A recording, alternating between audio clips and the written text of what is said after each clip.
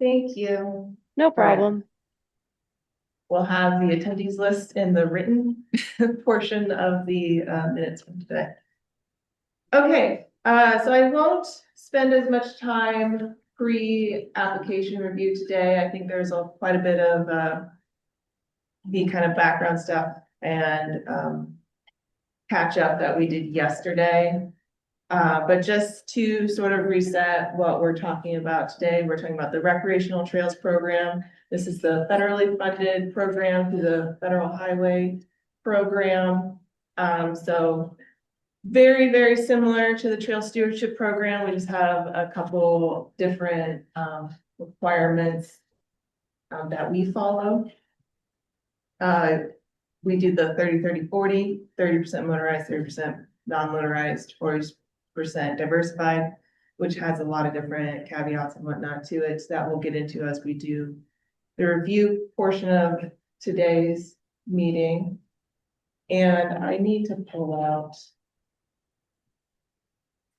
Does anyone have oh, never mind, I got one. And then just as a note, if someone wouldn't mind doing a little bit of timekeeping for me, at 8:45 is when we will open it up for public comment. So. I can do that stuff. Thank you. And truly, no matter what conversation is going on, if you could please stop us Okay. for public comment. So Yep. for folks online and in the room, public comment will be at 8:45. Thank you. For the staff members, I had emailed out like a little bit of comment sheet. Does anyone would anyone like a physical? Yes, since I left mine Yeah, on the copier, how? please feel free to take note. Thank you. Oh, And for the staff members online, please feel free to send me your note package at the end of this meeting. What we do is we collect all the comments here that I've heard today, things that have been written down. I compile them all. And then next week we'll have a final decisions meeting with our internal review committee. After we're able to just review all the data here today and incorporate it into the scoring. So yeah, really appreciate your time and commitment to two, not one, but two trails programs. I'm trying to think if I have anything else in here that I really wanted to cover. I think we all kind of have a good idea, recreational trails programs, what we're doing today. Funding, we're looking at about 1.5. It's usually about 1.5, but we're really looking at 1.5 this year for available funding. And that's based on both what we get each year from the Federal Highways Program. And then also if any past agreements were closed with funds left unspent, we can deobligate those funds and then reobligate them in the next cycle. So this cycle, we had a few, not as many as we had in the past, which is actually a good thing. Kind of like funds are getting really spent down. So that might cushion the edges of our budget a little bit here and there. And then just as a reminder, as we're like talking about budgets and whatnot, TSP has a 10% match requirement, RTP has a 20% match requirement. Just to note. And then this year we received 49 applications and about $3 million in request. Last year we had 48 applications, I believe, and that was about $2.4 million in request. So one more application than last year. I think all of them are requesting a little bit more funding than they have in the past, which is fair. Motorized came in at about $500,000, a little over that. Diversified and non-motorized combined came in at $2.3 million in request. I lumped those together because those categories, again, there's some caveats to them and some can go into either category. And there's a lot of fidgeting around with them. Again, we can get more into that on a application by application basis.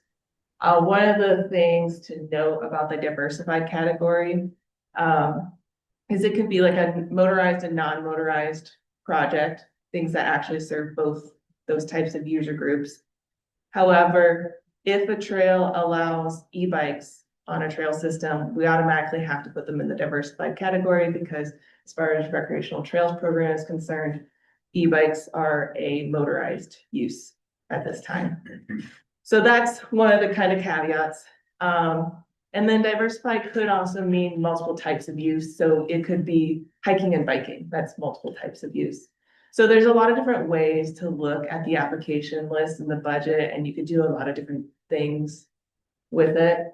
As far as like what I would consider like truly, quote unquote, truly diversified, motorized and non-motorized. We don't usually get very many of those. We kind of had that conversation last year. There's a lot of trails that are primarily for the benefit of motorized users, and we may also have some non-motorized users. But to see like a true mix is like a more rare application. There might be one or two in the bunch of them.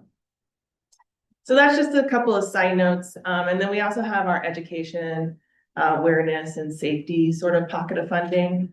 We received about $195,000 in requests for that bucket. It's a very small bucket. Each year, we only have about $80,000 to spend out of that.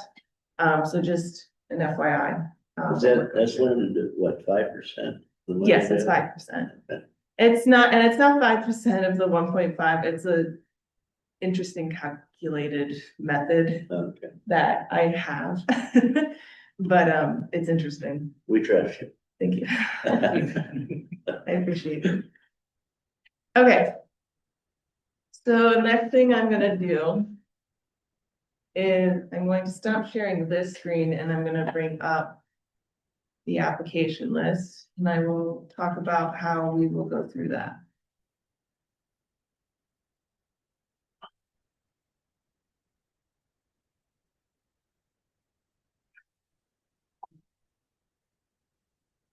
Okay. I don't think that worked. Hold on. Here we go.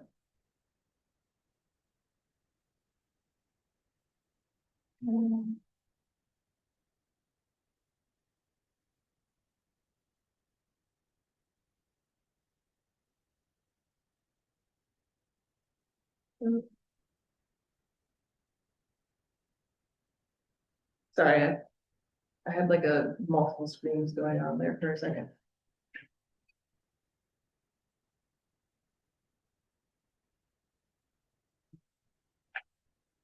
Okay. Okay, I think this worked finally. Okay. So this is our very big spreadsheet. Right now, this is, oops. These are all of our applications all lined up together. All the different categories. We have our project type, education fund. I put in a different kind of category here because it's just one of the ways that I try and keep organized on my end. Eligible funds may be different from what they requested. A lot of times that's just based on if there's something in their budget that wasn't eligible for RTP funds. So I take that out when we're doing our internal reviewing because it's like, okay, we can't fund this portion, it's not eligible. Or if they didn't meet match on their budget, so we would reduce what they could actually receive from us based on how much match they were provided in the budget. So some of them got lowered to meet match for that. We have our score column. These are the scores that were averaged out during the internal review process. And then this here is the internal committee suggested funding level. This is what we talked about when we had our internal review meeting. You'll see either in the funding level suggestion may not match the drafted suggested funding amount that we are proposing, because when I first went through and tried to match exactly what we wanted from the internal review committee, we were like almost $300,000 over budget. So it's like, okay. Then, like 300,000. Okay. So then we had to go back and we were like, okay, well, things, you know, we were definitely wishing down the wishing well. Sounds like us yesterday. Yeah, exactly. So then we had to far back. But we have very good intentions with that. So what we'll do is I will divide these up by category. I'll go through the motorized ones first. I'll go through the education funds next. Those are just the smaller pockets. We should be able to get those a little faster. And then diversified and non-motorized, we originally reviewed them separately, but then I kind of started putting those two categories together because again, the caveats between them are just really small, like just small emergence of error. There's a lot of them you can put in either category. But I still have to fill the buckets, our non-motorized, diversified, motorized buckets. So trying to balance them all out is a little bit of a math magic thing. But again, we can talk about it. Anything that we've proposed today, these are all just proposals. This is just one way that we try to like get things organized, propose in a fashion that's digestible. Nothing is written in stone. We haven't made any final decisions. So I really am looking for your input. I take it very seriously. So if you see something on here that you feel strongly about, for or against, like, please do not hesitate to let me know. If you disagree with the funding level, if you want to see something else happen, I'm fully open to anything. This is just like what we came up as a draft to propose. So just letting you guys know. And then also a friendly reminder that this is being recorded and live and people are watching. So let's all be respectful and kind to each other. On this other page, I may click back here and there. This is just like a funding breakdown, essentially how the numbers get organized in the allocations and the available funds and how the percentages work out. So these like numbers here, this is what we kind of want to see for each category. This here, so during the FY or fiscal year 23 and 24 cycles, we did not meet the 30% motorized pool. So then what happens is for RTP, that kind of carries over. It's kind of like a I can't say that word, cumulative 30, 30, 40. So if you don't meet it one year, you could kind of fill the gap the next year, but you can still fund other projects with that funding. You can spend it all, but it's just like, hey, we got to catch up in the motorized category. So we were about $45,000 behind. So just saying that we have more to spend in that motorized category than the original, just 30% to try and fill the gap that we've made in the past. And I'll go through now what we're like suggesting, and we can add to that or not. It's up to you guys. So Stephanie, got a question for you. Mm-hmm. These sheets that we have motorized, Mm-hmm.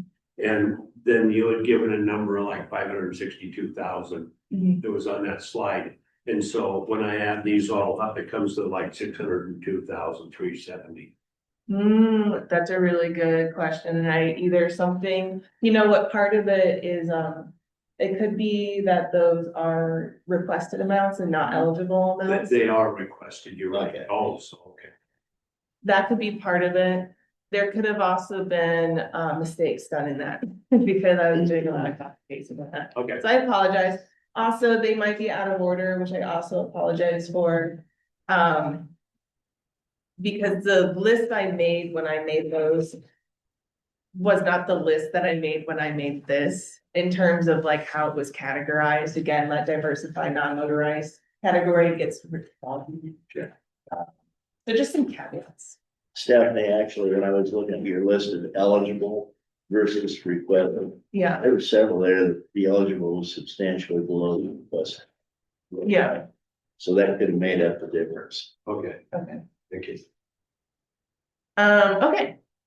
So the first thing I'm gonna do is I'm just gonna bring up the motorized projects. This will help clean this up. Oh, the other thing I was gonna mention.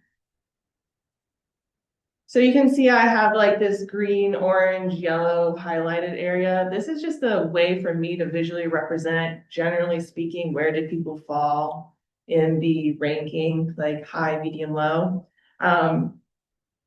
There, it doesn't necessarily have to mean anything. It's just a way for me to organize, just very visual. I like to see. So basically, you graded these, you and your internal review committee graded the applications, just like what we do with the TSP. Yeah. And that's a ranking for that. Yes, those are the average of the score rankings, and then I just kind of use the colors to help me create divides. I don't like that word, but And did you rank them by category then, or overall?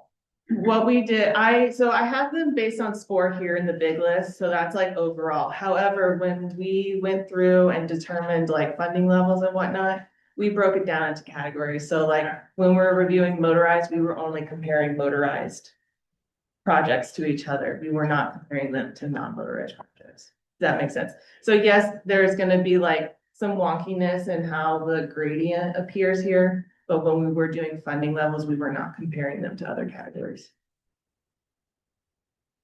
Any other questions before we get started? Okay, great.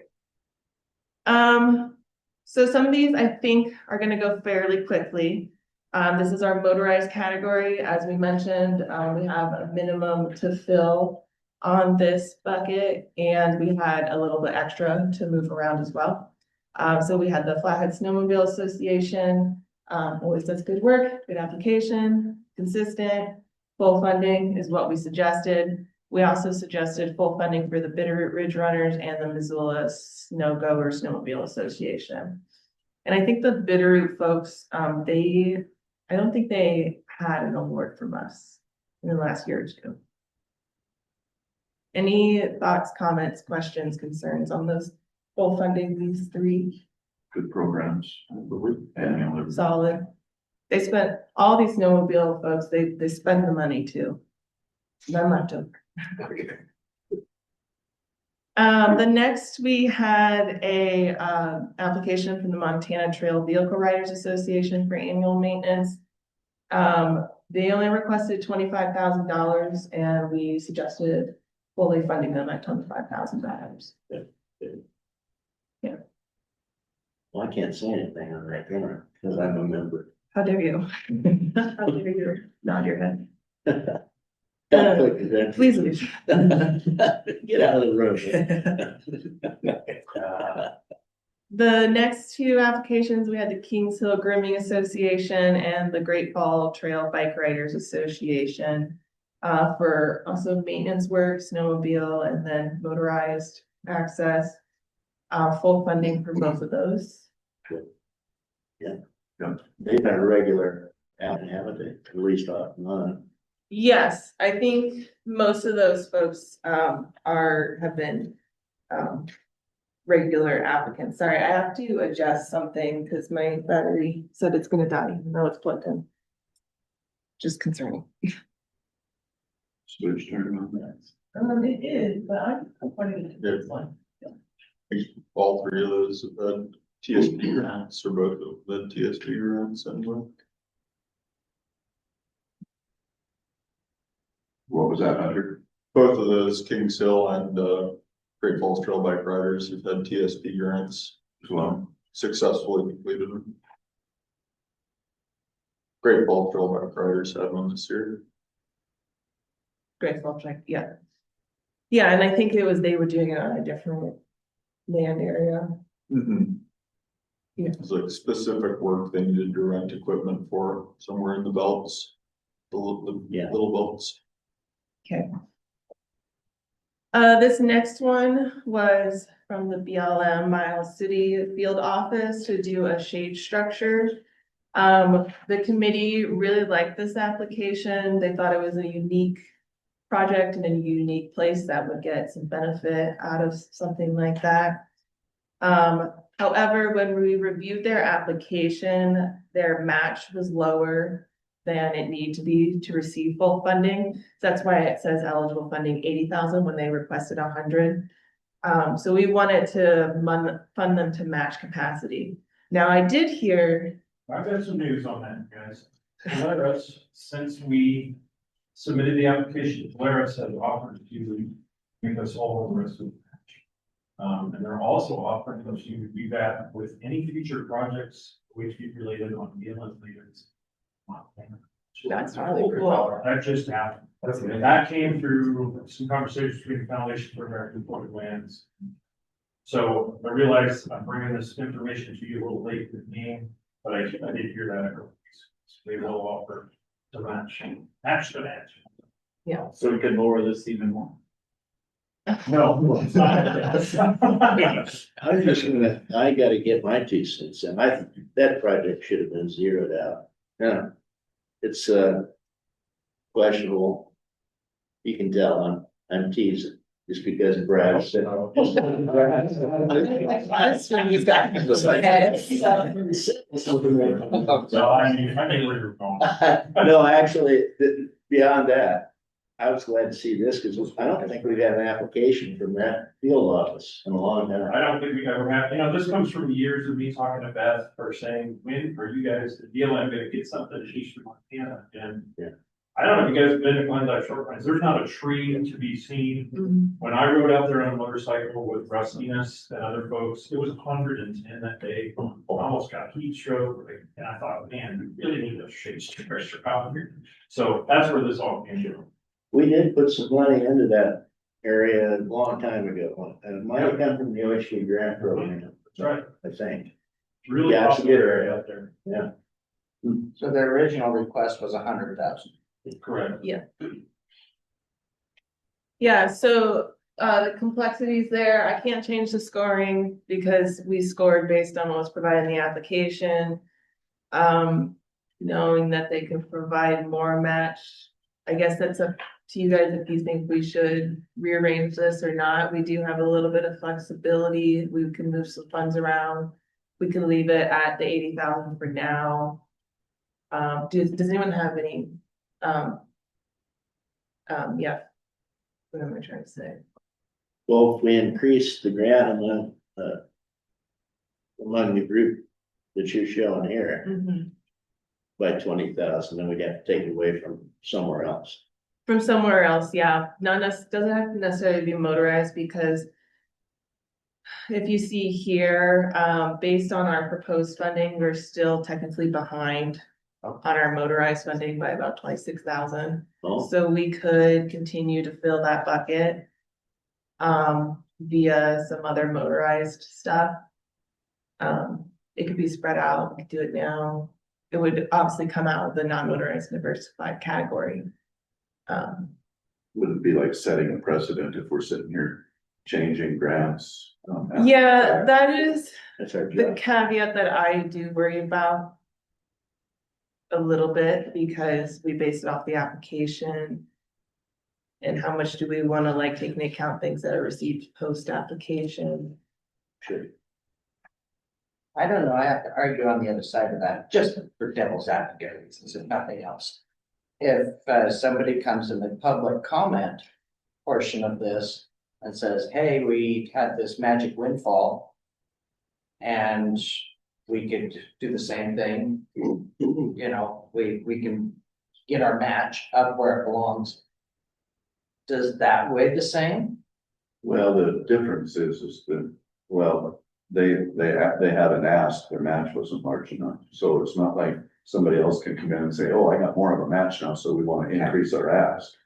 Then there's I put it out there just to create some discussion. Yeah. Probably is part of the reason we have an advisory panel. That's right. That's exactly right.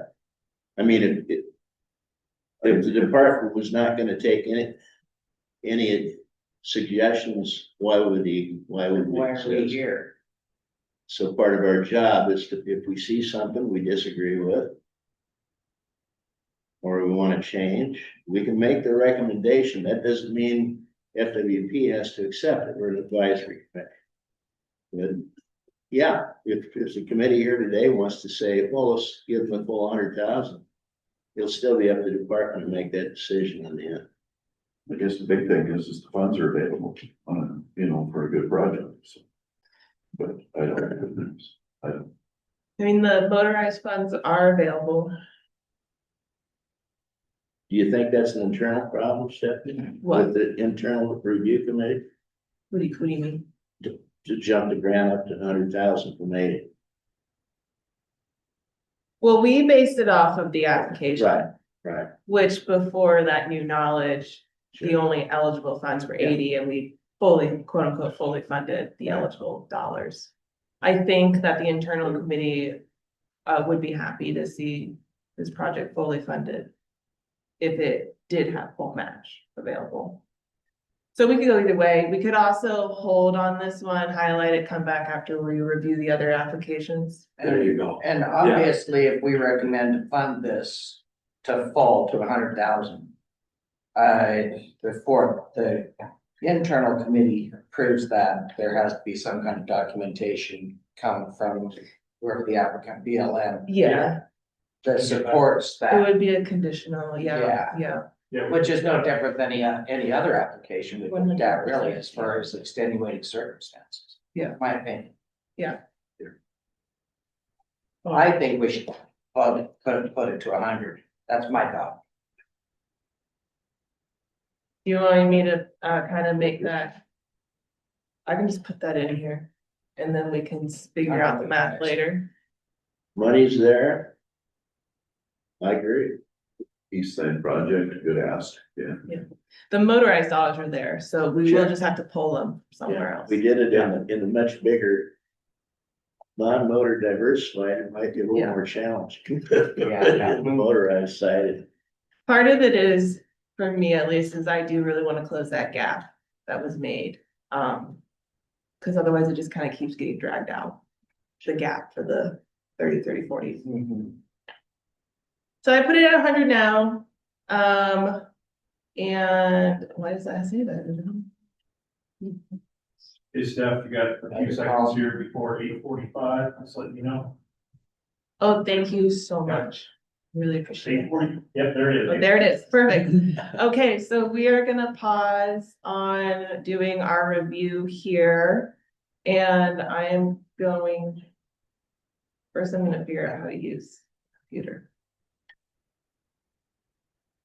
And we will open up for public comment. So I think what we'll do is, it sounds like we have some folks in the room, so we'll start with them. Should I stay here? Or, you know, is this okay? Whatever's comfortable for you. Well, hey y'all, good morning, my name's Eric, I live here in Missoula. I'm a recreation planner for DJ and A, and, we are supporting scenic Montana trails in Seeley Lake, Montana, with the creation of a new, trail system right in Seeley Lake. You guys are probably well aware that in 2024, Pyramid Lumber unfortunately closed its doors. And that left the community really questioning what was next. The Forest Service and a bunch of community partners have coalesced around outdoor recreation as a strategy for economic development for Seeley Lake. And part of that is developing close to home amenities that support really high quality of life for the residents in Seeley Lake, but will also attract visitors to come and fill bars and restaurants and stay at hotels and really help the community through this time. So we have requested support to build what's kind of the backbone trail that would enable the trail system to really become a system during the phase one. There's about a 5.5 mile long piece of trail. And we're requesting the support to build 3.6 miles of that with professional contractors to build a really high quality trail. The quality of the trail really matters if you're going to try and market the asset and bring people to town to experience the place. The remaining 1.5 miles or so will be built with volunteers. So if you reviewed our application, you'll see we've got a lot of match for this project. The project was approved last year through a good neighbor agreement. And since that agreement went through and was signed in August until the snow started to fly in November, volunteers in Seeley Lake donated 385 hours of volunteer labor just in those three months alone. There is a tremendous amount of support and enthusiasm and dedication to this project from the community. And there's a few folks online that you'll hear from as well. Kathy Canley is online, I believe. She is on the board of Scenic Montana Trails. She's been involved in this project since like 2016. And then we also have a state senator joining us. Senator Becky Beard is online from Senate District 38. She's also submitted a letter of support and recognizes the importance of this project really brings for the community of Skewy. So I just want to thank you guys for all your work. I mean, what an insane list of projects you guys have to choose. It's such a big job. And yeah, I mean, all of the projects are worthy, I think. What an amazing opportunity you guys have to support all these communities and awesome projects across Montana. And we just really hope that our project scores well and competes, that you guys support it. So thank you all so much again, and hopefully we can hear from the other folks that are online. And I'm happy to answer questions. I do have to leave here in a little bit, but if there are any questions for us, yeah, happy to answer them. So thank you. All right, going online. I forgot to mention, if you are online and you want to make a public comment, can you please raise your hand? Use the little hand raise function. Then we'll call on you one by one. It looks like we have a Becky. If you would like to comment. Good morning. Good morning to the State Trails Advisory Committee members. I recognize a couple of you, seen names crossing the spectrum of digital testimonies. My name is Becky Beard, Montana Senate District 38, which includes the Seeley Lake area. And I'd certainly like to take this opportunity to throw in my wholehearted support for this Seeley Lake Mountain Bikes Trail Project, spearheaded by the Scenic Montana Trails Program of Seeley Lake. And this project focuses on recreational opportunities for not only the Seeley Lake community with a backbone multi-use trail system, but it creates a regional and destination opportunity for visitors who want to experience challenging terrain. As previously mentioned by the consultant there in the room, this community of Seeley Lake has experienced some detrimental hardships of late, and they are thinking outside of the box to be able to promote economic development with this destination project. The trails plan prepared by Radius Trail Solutions and the Seeley Lake in cooperation with the Lolo National Forest and the Seeley Lake Nordic Club outlines the implementation and prioritization of the phases along with projected costs. And you'll note that in the application, they have detailed the volunteer hours and the matching requirements. Once constructed, these multi-use, multi-season recreational trails will usher in economic development and might present an opportunity, and this is something that is very interesting to me, that they can function with this system as part of the National Interscholastic Cycling Association as a racecourse destination for high school competitions. The Seeley Lake community is exploring the multiple financial resources, volunteer efforts to bring this project to fruition. It details a well thought out, actionable project to promote economic viability for this area. I wholeheartedly support these projects guided by the Seeley Lake Trails Plan and encourage your favorable consideration. Thank you very much for your consideration. Great. Thank you for your comment. One last call. If there's anyone else online who would like to make a comment, could you please raise your hand? Just give me a couple seconds to see if anyone else does. If not, we will keep on with the scoring review. I think I'm sharing my screen. Let's see. I just want to make sure. Did you say that somebody else was supposed to be on there? Yes, the first one, you can click on the gal, Kathy Canley on the right there, but she just texted me and if she's ready, if we can allow her. Okay, yeah. Kathy, would you like to make a comment?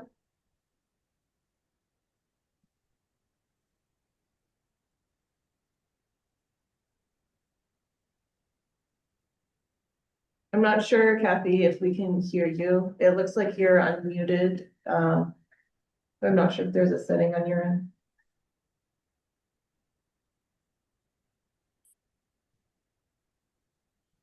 If there's a technical issue, just so folks know, there will be another public comment opportunity after our decisions are made. They'll go out to public comment and people can submit comments that way as well.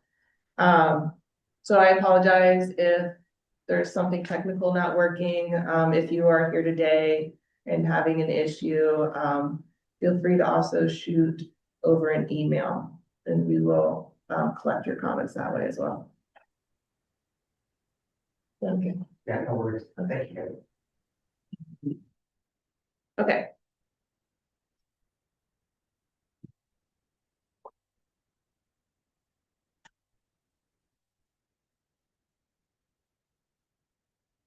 I'm discombobulated. Natalie, can you confirm that I'm screen sharing? I mean, it says that I am, but no. Yeah, you are. Thank you. Okay. We were just talking about the BLM project and bringing that up to $100,000. Hey, thank you guys all so much. I gotta get going, but thanks for. Thank you. Thank you for your hard work. Thank you. Thank you.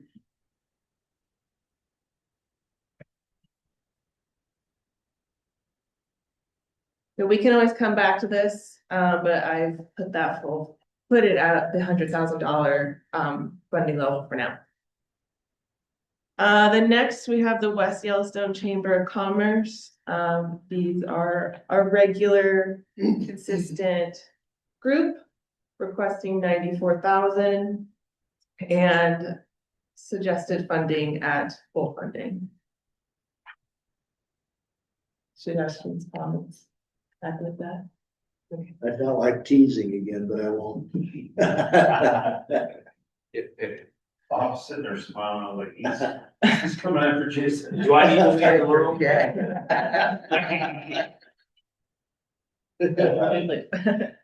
Oh, and what I meant to mention before we moved on to public comment is, so as we adjust numbers here, you can see like our new remaining total funds, so it's at negative 19,999 due to that change. So if we make changes, we can kind of see how that's fluctuating.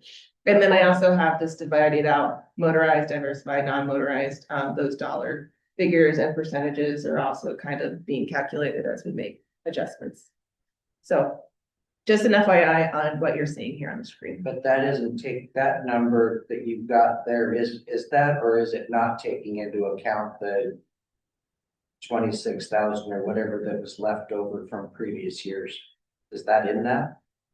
So that's Funds line? That's not additional dollars. We're still working with our available funds, 1.501 here. That bucket of funding is saying, hey, in 2023, 2024, we were like $45,000 below the motorized amount, but we're still able to use that $45,000 for different projects. So we didn't get enough motorized applications. We use that funding for non-motorized projects, Gotcha. knowing that in future cycles, we need to make up the difference. Well, Does that okay. make sense? Yep, Okay. yeah. It's super wonky.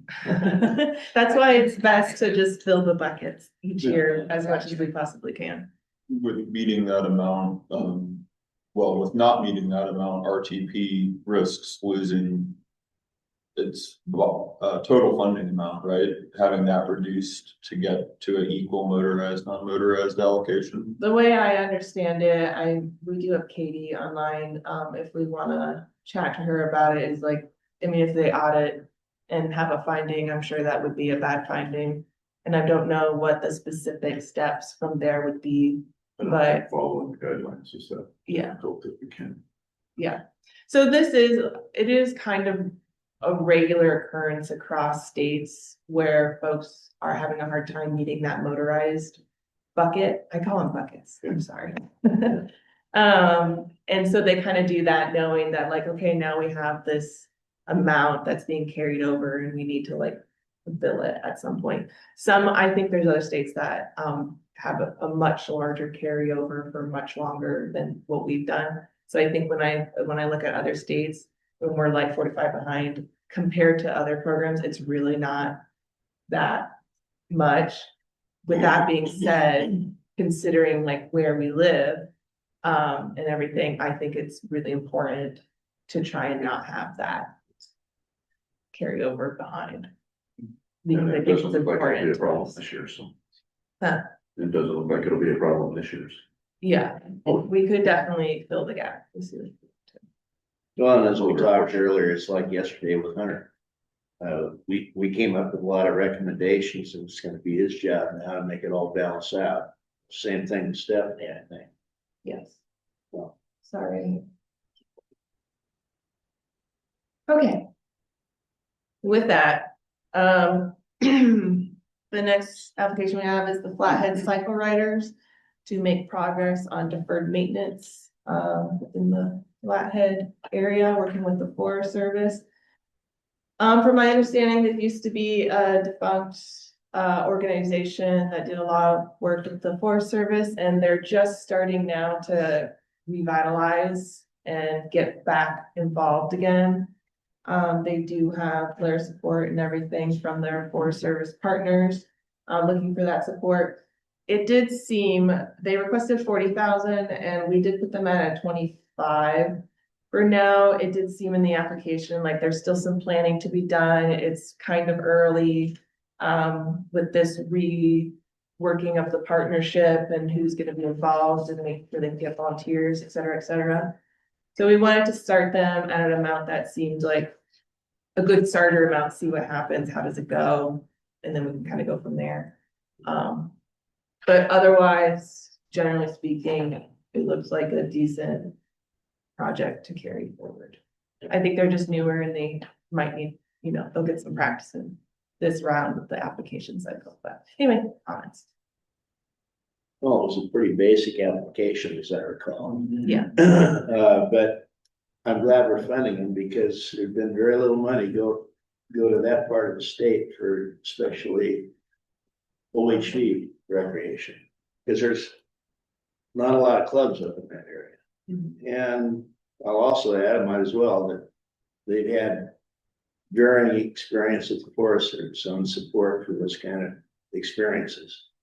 So I'm glad to see that you're suggesting some money for that project. Yeah, good to see a new motorized club wanting to do that work. Other comments or kind of okay with the funding? Okay. The next one on this list was the Citizens for Balanced Use. We did talk about this application quite a bit yesterday. It was the same application for RTP. To be completely honest, after rethinking over the application and yesterday's discussion and just going back through it, I actually don't think this would have been eligible for RTP, particularly because it's missing those agreements that we discussed yesterday. So we had them at no funding based on the application. And then, yeah, when I went back in yesterday and thought about more, I was like, oops, that one's actually probably not eligible for RTP to begin with. That's because of the documents they needed to work to be aligned with that machine. Yeah, and it sounded from the discussion yesterday, there was even a question about if they had any agreements with the Forest Service for storage, summer storage and trailhead. That kind of work. There were no documents in that. Yeah, I felt kind of bad that we couldn't find it, but after discussion yesterday, so much information wasn't available before. I guess it makes sense. A great idea that just Yeah. needs a little bit more time to come together. Okay. So that is our motorized pocket of funding.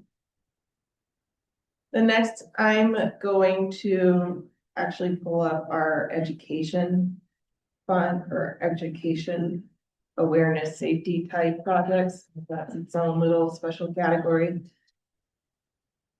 The education awareness type projects also fall into one of our other buckets, the diversified, non-motorized, et cetera buckets. Most of the time they do end up falling under diversified because they're going to, it's being dispersed information. This is a very difficult bucket of funding because it's just such a small bucket.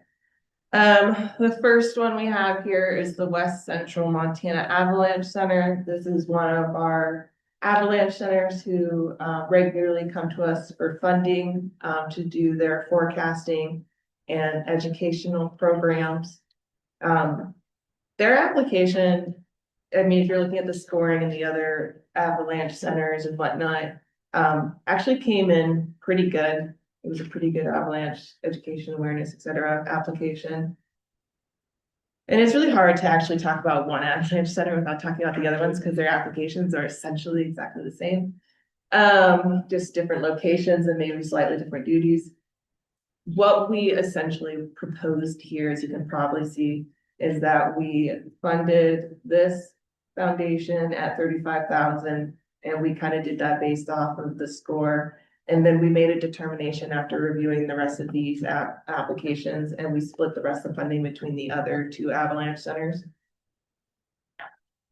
It's kind of hard to not jump around on this one because it's all kind of connected. So what I might do is actually jump into the Friends of the Little Belts, because this was also an application that got submitted underneath this category, but then we ended up not funding it. Their application was for map printing and then a small amount of supplemental trail maintenance funding. The decision, why we came to this decision, the mapping was a significant portion of the request. It was $35,000 of the 42. I don't have the application pulled up in front of me, but I believe they said minimally they would just need that $30,000 to get started to really move forward with the mapping project, which out of this category is just a huge chunk of it.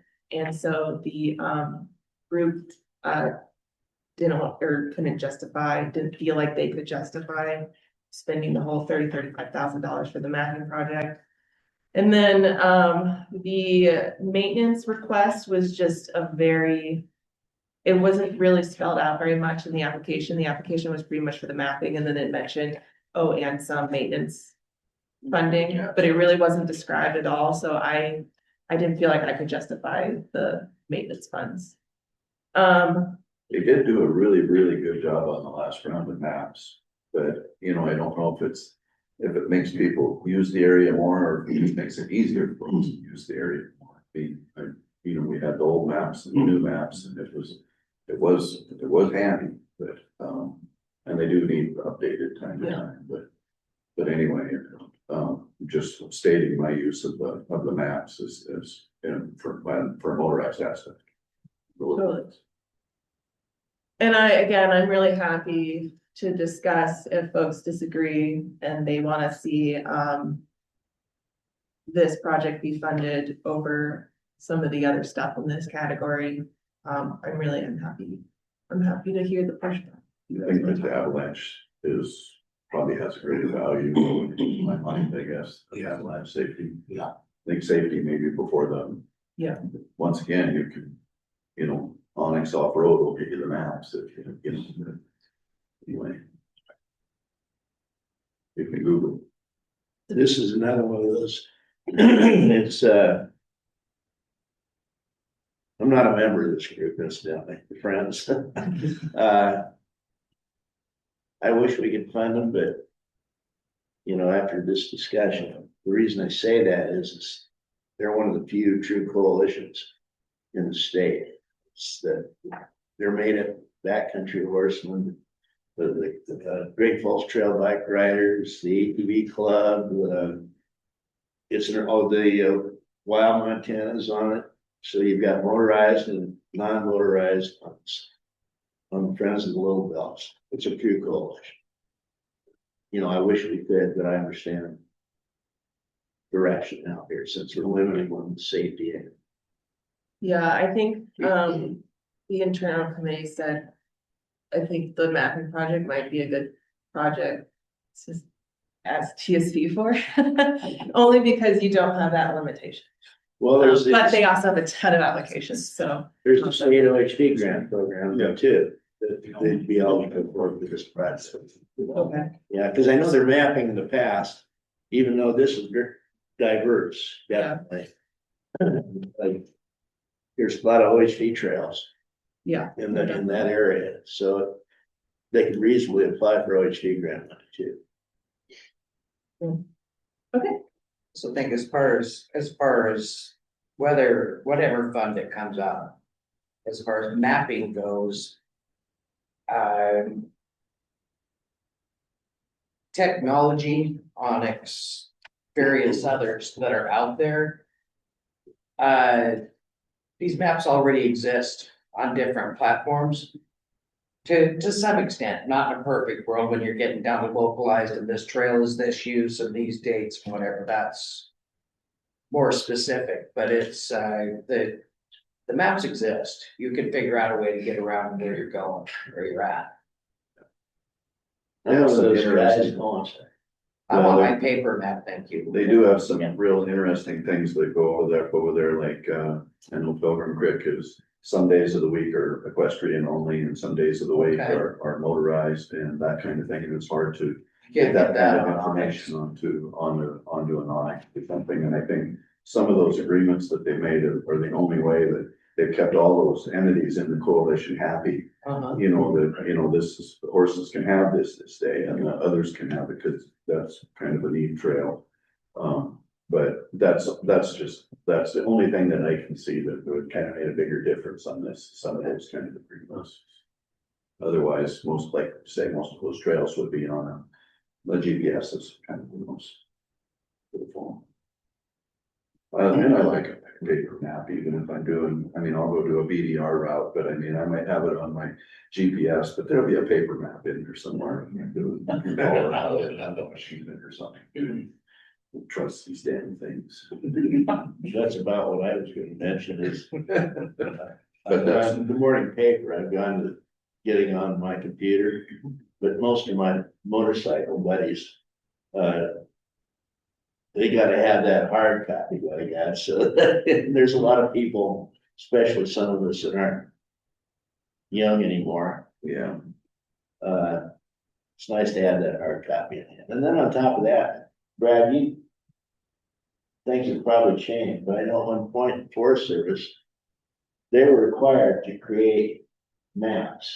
Yeah, BLM was not, Forest Service was. Yeah. Motor vehicle use maps. Yeah, and the early ones I haven't seen many recently from the Forest Service, but they were not the best. You call them fire starters. Yeah, yeah, so these maps, like, and I know Racine is, the Great Falls, is heavily into this. Yeah. They're really nice. well, they're excellent maps. I mean, we were over there following a Forest Service map and ended up in some place that we didn't belong. I don't even want to tell you where we were trying to, anyway, and we were sitting in Bob's Bar that night telling them about that, and they were like, the trail you were on's been closed for like 10 years, you know, why don't you try one of these maps? And handed us one, that's when we first printed it. And we went out, oh yeah, this is way better. Yeah. Yeah, but we had an old Forest Service map. I forget what it was called, but it's one of those trails where you get on a tenderfoot or something and you think, yeah, and it was, you know, the water was this deep, but yeah, you funneled down in and then you finally got out of it. We had one motorcycle upside down getting the water out of it. An adventure. It was, yeah. So I guess the suggestion is from the committee is, it's a good project, but maybe there's another source that would be more appropriate. yeah.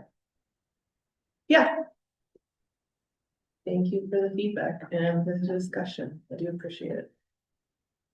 It's the little boats. Or you moved on, little boats.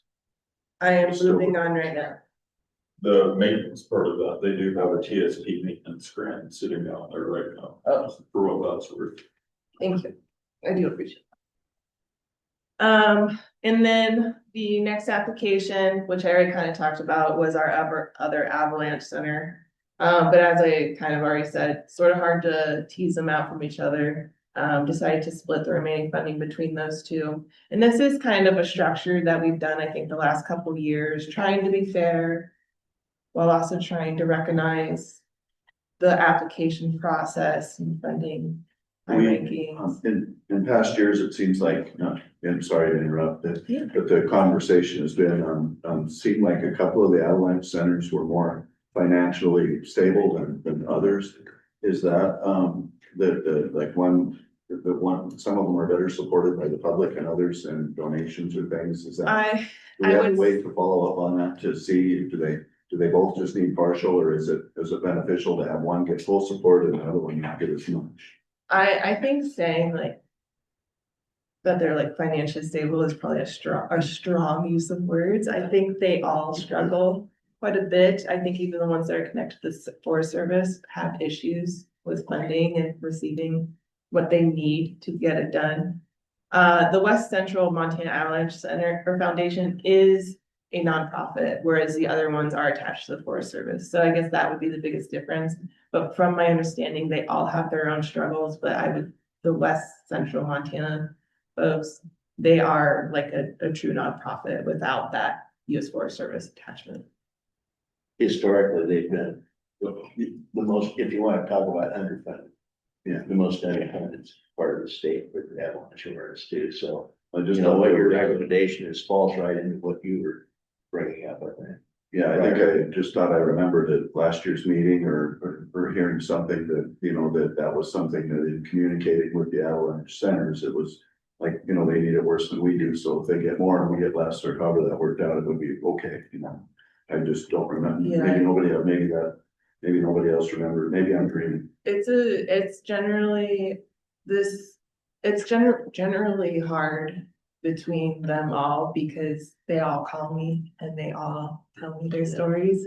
And they all need the funding and it's all really stressful when they don't get the funding because there have been years where we haven't funded all of them or it's a very small amount of funding.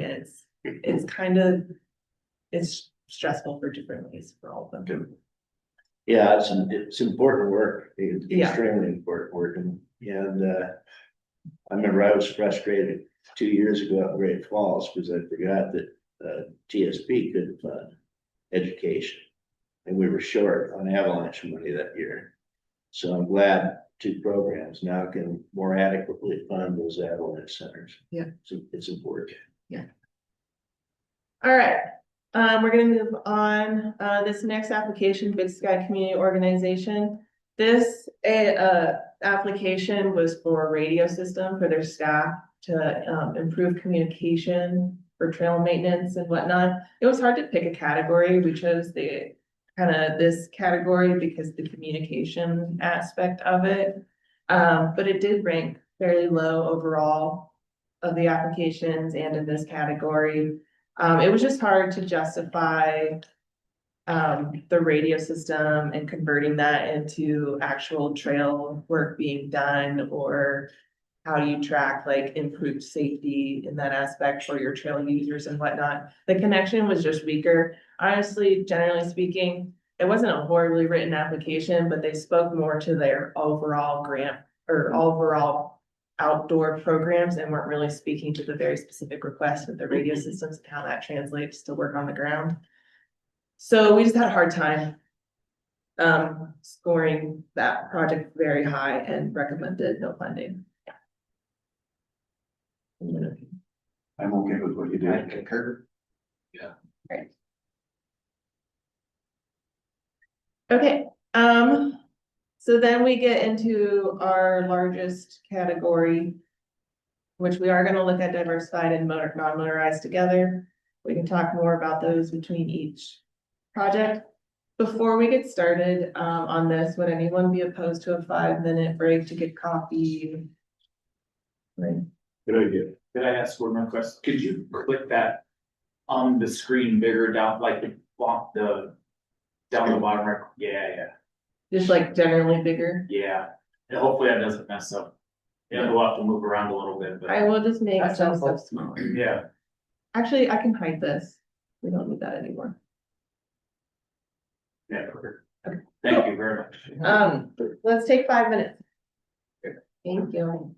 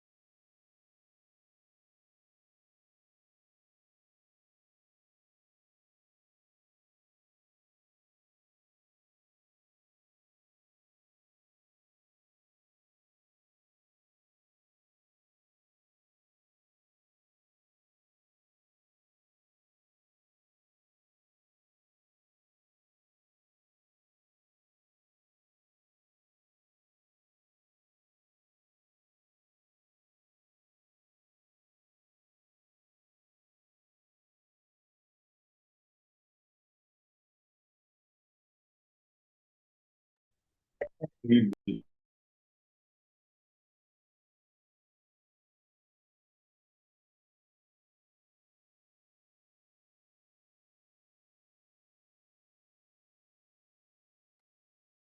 right, we are Which one? coming back from our meeting.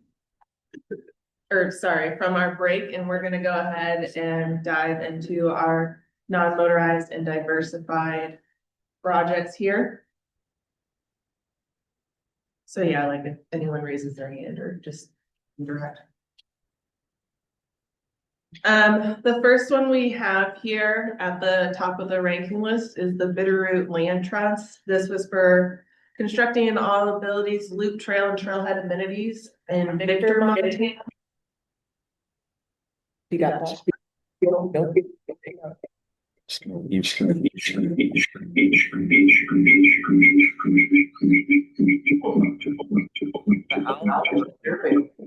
What are we doing? Take a little break. No. Sorry. Fire. We're good. Yeah, you're fine. Stephanie, could you zoom that just a little? Yeah, Yes. sorry, I'm a fidgeter. Good. I'm sorry, maybe it won't stay there. You know, you're good. And what was the highest possible total score on these? I guess I should. Oh, that's a ask that. really good question. 55. Okay. 55 is the highest possible score. Bitterroot Land Trust, they scored, you know, a lot of times our scores are incredibly close. So to be like 2-3 points above the next highest one is like a really good score for our TP. Overall, I don't know why this is hating me right now. Overall was a really good application. The internal committee felt strongly that this would be a unique and good opportunity for the community of Victor. You know, most of the trails are down there. They're steep, they're in the mountains or whatnot. So providing an accessible trail opportunity in town for the community, we felt like it was a worthwhile endeavor.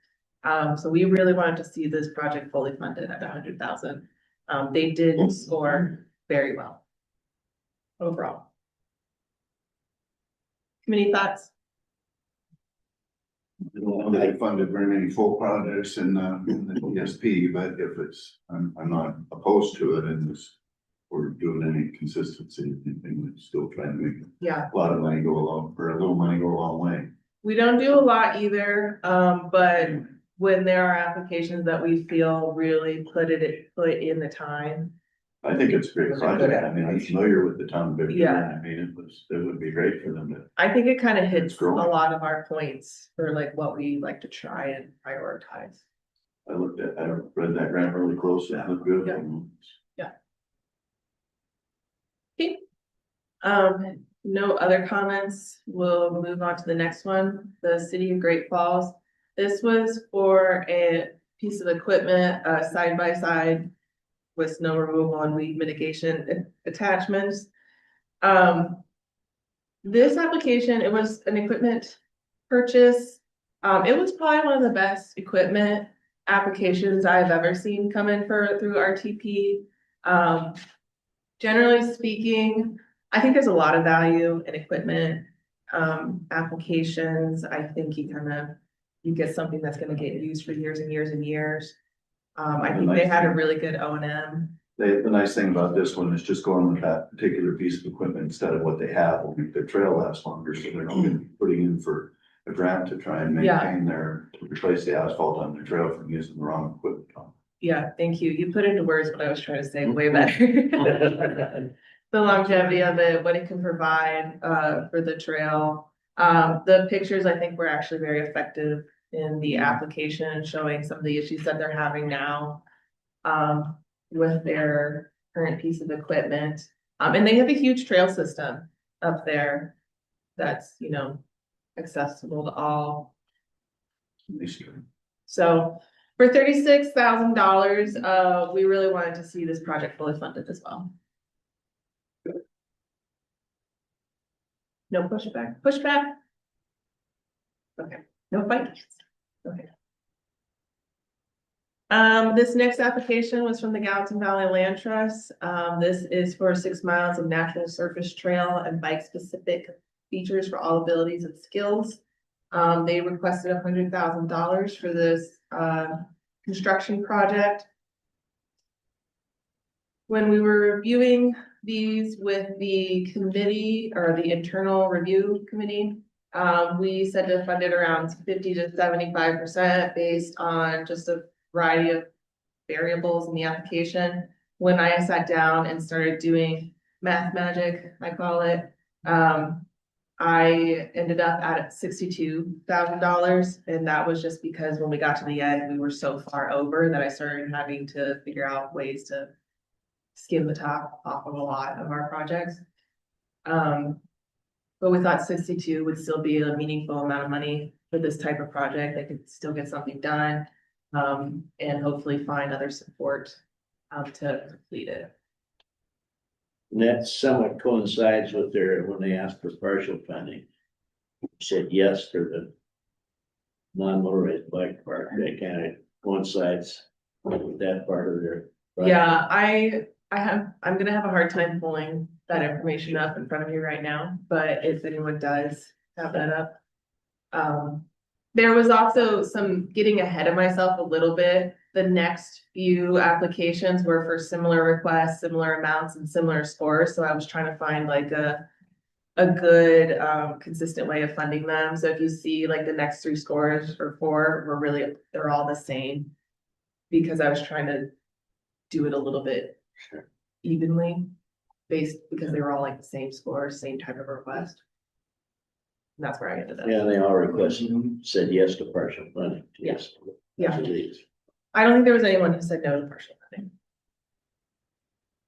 From my recollection, I had a checklist. Any thoughts, pushback, anything like that?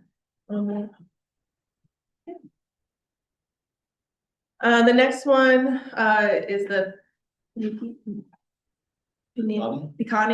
Pecani Lodge Health Institute. We talked a good bit about this organization yesterday. There was quite a bit of overlap with the TSP application. It looks like it's for the same piece of land, kind of making those different trail loops. Overall, we like the project, want to see it funded. We talked about yesterday, like doing some through TSP, some through RTP to move it forward. The only comment made is that one of the committee members just said we want to confirm or if they have anything kind of in writing or anything to that effect about public access, since it's a newly purchased piece of private land, essentially, making sure that it will be free to the public. But based on their application, I think it is. So I don't have any concerns with that. So we also, or I am proposing funding at a level of $62,000. What did we do yesterday on that one? I Um, know we gave them some, but I can't remember what. 40, I think. yeah, 40. 38 or 40 to try to get to basically half of their ask. Their ask between the two was 200,000. Huh. And we decided we wanted to try to get to 100, right? Yeah, Okay. So 40, so they're slightly over 100 between the two. We happy with that?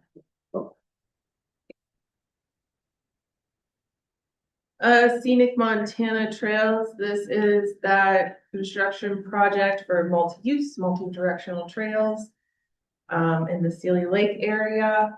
Again, thought it was a really good application. Had a lot of support. lot of support for sure, definitely. And again, just kind of in the spirit of trying to figure out how to fund these folks who scored in a very similar range. I proposed also 62,000. Good. Happy? That project, was the Forest Service NEPA for that project, as well as Sealy Lakes, new learning area and their project, Sealy Lake Nordic Ski Club. Were part of a larger Forest Service timber sale, environmental assessment. It's kind of interesting to see, some of our trail projects getting put into those, and getting across the finish line. They're really active down there and there's Yeah. This next project, Beaverhead Trails Coalition, this is for a bike course over, I'm assuming this has to be around the Dillon area. It is. This is kind of where the projects and applications all start to melt a little bit in my brain, so. Yeah, outside of Dillon. Yes, yes. Again, we thought it was a well put together application. They did have, again, a little bit of a miss on the, it was either a match issue or they had too much indirect cost that was ineligible. I can't specifically remember on this one. But there was some reason we had to lower the eligible funds, but it was just, I think they asked for too much. Essentially, administration funds were kind of capped out at a certain level and or they didn't provide a match. So we wanted to fund them as close to full fund or full eligible funding as we could. I also have this note about asking about past TSP projects and I I cannot originally remember. asked for 98.6. So it could have been, I don't know. In past TSP projects. Yeah, They finished one last year. It was a grant from before 2025. It's 2023 or 2024 for a bridge in Dillon. Very successful. I think they were just asking for general, like past grantee experiences, whatnot. I think the staff that was kind of taking the lead or the volunteers that took the lead on that bridge project were different than who's putting this application together, but as an organization, Which is, administratively, we've done very well, good communication. so in short, we've also proposed 62,000 for that project. Comments? Question? I should probably keep my shit on this. Are you on this board too? I don't know what it is, cause I have been an avid bicycle rider and not recently, but I used to be. And I don't know what it is, something about the skills courses.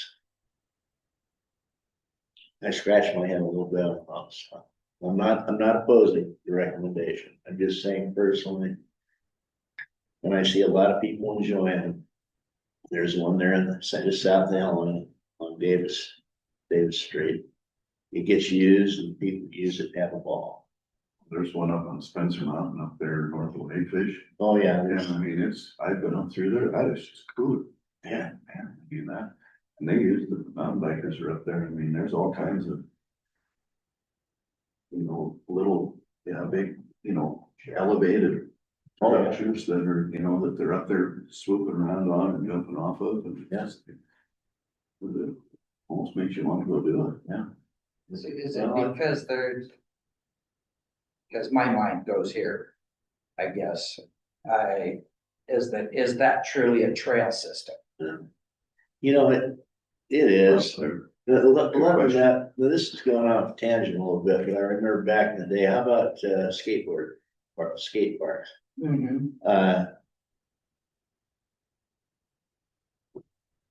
lot of kids are using them and I actually do support them. That's why I said maybe I should keep my mouth shut. I don't know what it is about skills courses, but I just cringe a little bit, but I think there's That's something what we set can me up find. a little bit about skills courses as a whole too, is because is that truly a trail system on the ground?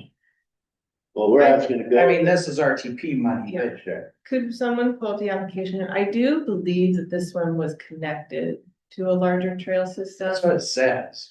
It's at the West Trail. Yeah, so kind of like the Davison Gulch, like there's like the trail skills section, but then it's also connected to a larger system. And that's how Spencer Mountain is. There's a whole mountain bike trail. Yeah. When you're going down the one hill, then there's just It's obstacles. like a ski area. You got those And you have a different. half pipes in the middle of the course. Or like Marshall Mountain is like a big, you could call that a mountain bike skills course to some degree, and RTP has funded that and supported that too. I think it all falls under the recreational Yeah, word, right? Like, yeah, I do think, there are trails, but there is also, a skateboarding park in my mind is recreation. Oh, yeah. Kids or whoever use it. Well, That's their I was form gonna of- mention the skateboard parks is, but I think They're great, we have funded them, yes, but I remember at one point that RTP can no longer fund skateboard. Yeah, this is, we're gonna go down a rabbit hole now. So there is like. There are certain types of those parks, right? I think we would call that a park. We can't fund parks, but we do trails through parks. Yeah, And I think the difference primarily is like connectivity or like traveling through land, like through thoroughway. What am I trying to say? I think it's a fine line. I think it's one of those discussions you go back and forth on a lot. I think it's harder in this discussion because it is technically still connected to a system sure. like Davison Gulch, like Marshall Mountain. I don't know the difference between like Marshall Mountain and then something like this. It feels the same to me. So this is a course and that's a park. Well, then, yeah, I guess What's the what's trail, the what's the road? difference? Is Marshall Mountain. Well, there's a reason. I There's a brought rabbit hole. The skate parks, is because this is ancient history too, but I remember Christopher Dallas, who's with Federal DOT, kind of the honcho for the RTP program. This had to be like, well, it was right after the program got started, so it would have been in the mid-90s, and he was doing one of his training sessions. And so I put my hand up and he had a flip chart up there, so I said, okay, just draw a line like this. I said, what if that's a skate park? Is that a trail? And he kind of looked at me. Well, yeah, I guess. And for 2 or 3 years there in the early days, RTP could fund skate parks.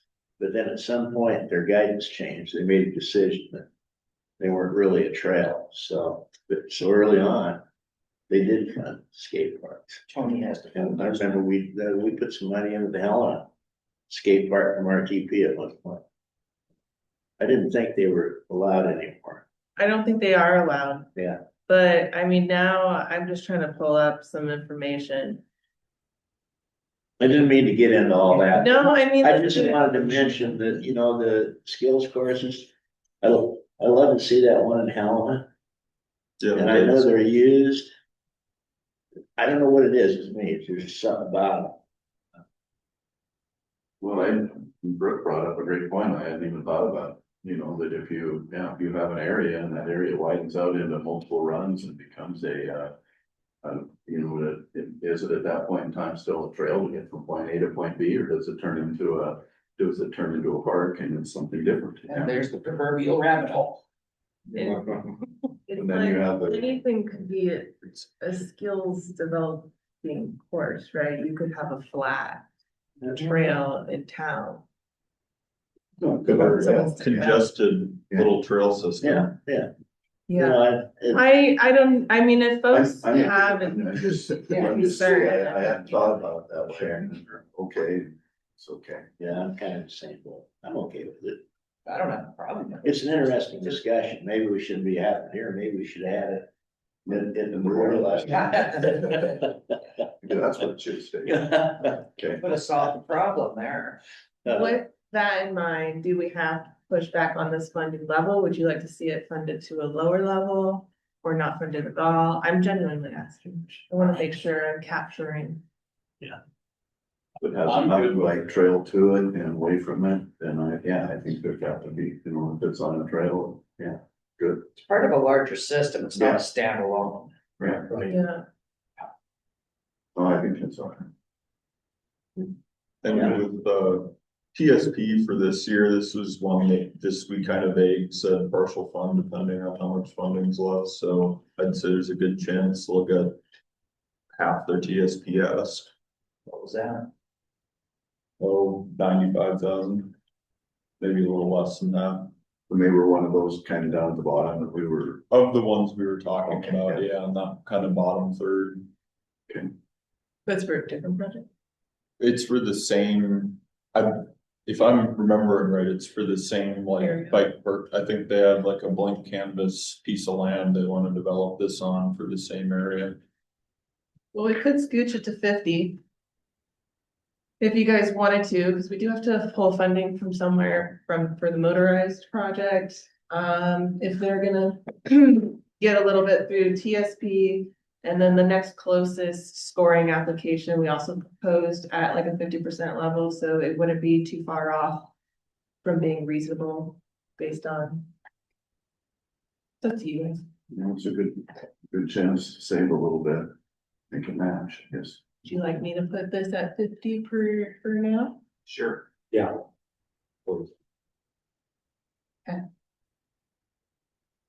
Any other comments before we move on? Okay. CDT, Continental Divide Trail Coalition, this project was to lead 3 volunteer trail maintenance projects and 1, well, okay, so then, the primary point of this trail project, and I had talked to them, it's for the trail maintenance. They had also asked me over the phone about the chef training piece, and I kind of told them like, probably not gonna work out through the RTP program. If you look at their budget, there's no mention of it. It's just for trail maintenance. But then I think maybe when they were editing, they forgot to like go back after they talked to me and like make sure some of that language was removed. So it was kind of confusing the application because it was randomly mentioned, but not really fully fleshed out and not in the budget. So based on that, the maintenance piece of the project alone, we thought was a good application, with the exception of that glitch in the talking about the chef training, which I did not see in the budget. So for a request of 17.9, we proposed 15. We thought, you know, again, this is one of those groups that like for the cost, like we do get quite a lot of trail maintenance done. I really like that one. You bet. I like it. And then when we put that together, if we see this through to an award, we would definitely make it clear that it's for trail maintenance only. Yeah, I wish they'd applied for more. That's a good organization. Yeah, it is. And it's a national scenic trail too. It's not. Right. Yeah. There should be some significant attached with that kind of a project. Yes. Definitely. I think it gets well used too over the summer, you see. Yeah. All those people using it, so. Okay. Glad to hear it. Highlands Cycling Club, this project was for the construction of a 2-mile bike-specific advanced difficulty trail. So the committee kind of went back and forth on this because it was generally speaking a very well-written application. But the pause that we gave to it was, I mean, when we look at like this project versus what we try to prioritize funding for, we try to prioritize funding for like adaptability, accessibility, these other kind of things. This one is for like an advanced difficulty specific trail. So that did kind of raise questions about like how critical is this project and how much money would we want to commit to it. With that being said, we also want to make sure that we are supporting all user types. We support front country users and we support backcountry users, which might have very different levels of, abilities. So all that in mind, and then also that it scored well. So we wanted to show support, but we didn't feel like it warranted, a high level of funding. So we are currently proposing a $50,000 award. It's a lot of money for 2 miles of trails. It is. So again, opening it up here, like we said, we still have to clear funding somewhere else for the other motorized project. Happy to make adjustments as you guys provide comments. Opening it up.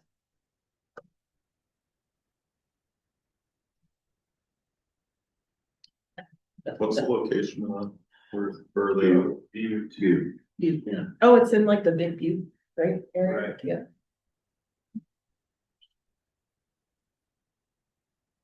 What's that? Does it connect to a Yes. System, yeah. system? There we go. Yeah. That's what I'm looking for. No, it is. I think it's actually, I've been there a couple of times. My friend goes there a lot. It feels like a pretty loved system based on what I understand. Yeah. 1 second, about $16,000 for a fence, so you did real well. I think it, wasn't it and it had a certain safety aspect to it, is this the one where they? There was some trail Reroutes. user conflict Yeah, because the 'cause downhill people going up, users. and people going down, by creating this one, you give a different downdraft. Yeah. Too, and then you don't have the ups and the downs getting together, and so that was part of what they were putting together.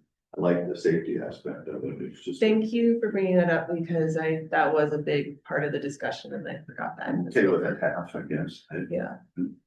A big part of it was like avoiding user conflict and improving safety of And the fence, I use it all the time. The fence out there separates motorized, which I use, but also my bicycle. So it separates us from that too. Yeah, they mentioned something about some, yeah, the trails get close together for a certain point in time. I remember that, I have a memory still. Very sharp. Yeah, Are we okay with this funding level then, or, I was seeing some questions on Mike's face. They said they'd take partial funding. That's what I was gonna ask, but what will they take partial funding well, for? right now she's got 50,000 down and 100,000 asked. So, Yeah, but what will the partial money accomplish? They said that, partial funding, please fully fund the fencing line item, which was 16,000. And apply the remaining balance to the trail construction contract, so. I'm guessing they'll So they'll be adjust their happy out, with 50,000. so they'll adjust their outputs based on, Yeah. our miles built. Not that I'm trying to cut them, but we Yeah. would have to come up with $20,000 somewhere. Yeah, well, we did come up, now we're only, $8,000 short. Oh, Because we, skimmed some off of another project, the Beaverhead project. Other justification, we funded this one at 50, this one's very close in ranking, so it's kind of even in that aspect. I'm good. Good with it. Okay. Sure. Okay.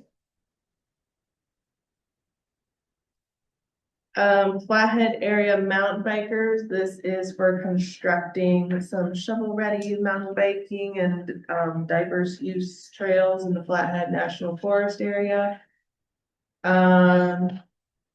Well-written application for this type of work, it was actually a pretty small ask. Based on funding levels and other projects to go through, we're proposing a $20,000 award here. We felt like that was still enough to move forward with a portion of this project. so they've got two different areas that they're working on and split up to Bud Creek, Swan and then Taylor. Taylor's the one going, it's in Bud Creek, so. We funded this last year, so something. Well, the Taylor Elroy was one that we funded a lot, and I think then we had another grant for them on TSP. Might have been a bit through Gateway, not Gateway Glacier, but maybe Whitefish. Yeah. The TSP, had, Taylor, was part of that Taylor Elroy project last year, we partial funded them. And then yesterday, partial funded them for $60,000, they asked for 100 from TSP. Who was the applicant from the Taylor Elroy?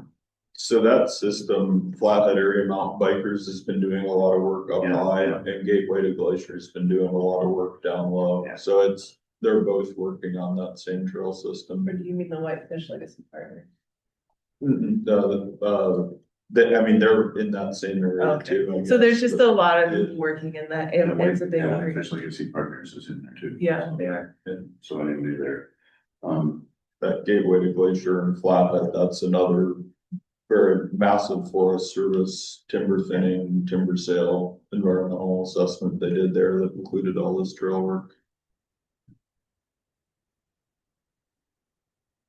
Does anyone have any questions, concerns, pushback on the $20,000? I just was curious as to what they had on their partial for notes. But it's kind of fits with what we have on the rest. They weren't really specific. They said they'd take partial funding, but they didn't really prioritize anything, so. Just says it'd be given to direct trail crew labor and field implementation costs. And it looked like both, they'd keep both the Taylor and Elroy and Buck Creek projects going, but at a reduced scale. It's one of those, a lot of these projects, they can go on for quite, like we talked about that yesterday, where they go on for quite some time. They're trying to cover a ton of ground. Yeah, I think this one, okay, I'm good, I just want to. Okie dokie. The next project we have is Billings Trail Net. This is to restore and revitalize Amend Park multi-use path. This is another kind of one of those projects I'm trying to recall specifically. They have a very popular park area. There's a trail that goes around it. There's a chunk of the trail that has degraded to the point where it's not accessible for a lot of folks or folks with disabilities. So they're trying to bring that up. And then I also think there might be a portion that there is, maybe it's just a grass area or something and they want to put like a surface in. I can't recall specifically off the top of my head. But generally speaking, pretty good application, provided access, local community access, adaptable, seemed like a worthwhile project. My suggested funding was $62,000. We can talk about that funding amount. There was a kind of back and forth in the application about they could do concrete and then if it's reduced, they might go with asphalt. So that's, I know that was a conversation yesterday, asphalt to concrete. So I'm just gonna open it up, see what you guys think. Or if you had any specific comments, concerns on that project. They've done a couple of these like revitalizing type projects. I think they've done a very good job on them. I've seen some of them. I think they're really doing a good job creating connectivity throughout Billings. Yeah. Says that if the concrete trail would be preferred, but if they have to do paving, it would save $12,000. The dilemma, once again, is that the concrete will last longer, just save money. Yeah. My thought process was like maybe with 62, they'd be able to find the extra cash to move forward with concrete. I think generally speaking, that's gonna last longer. Yeah, they had a bunch of super fun. It seemed like it was doing pretty well as the whole city. It seems like that's what they were.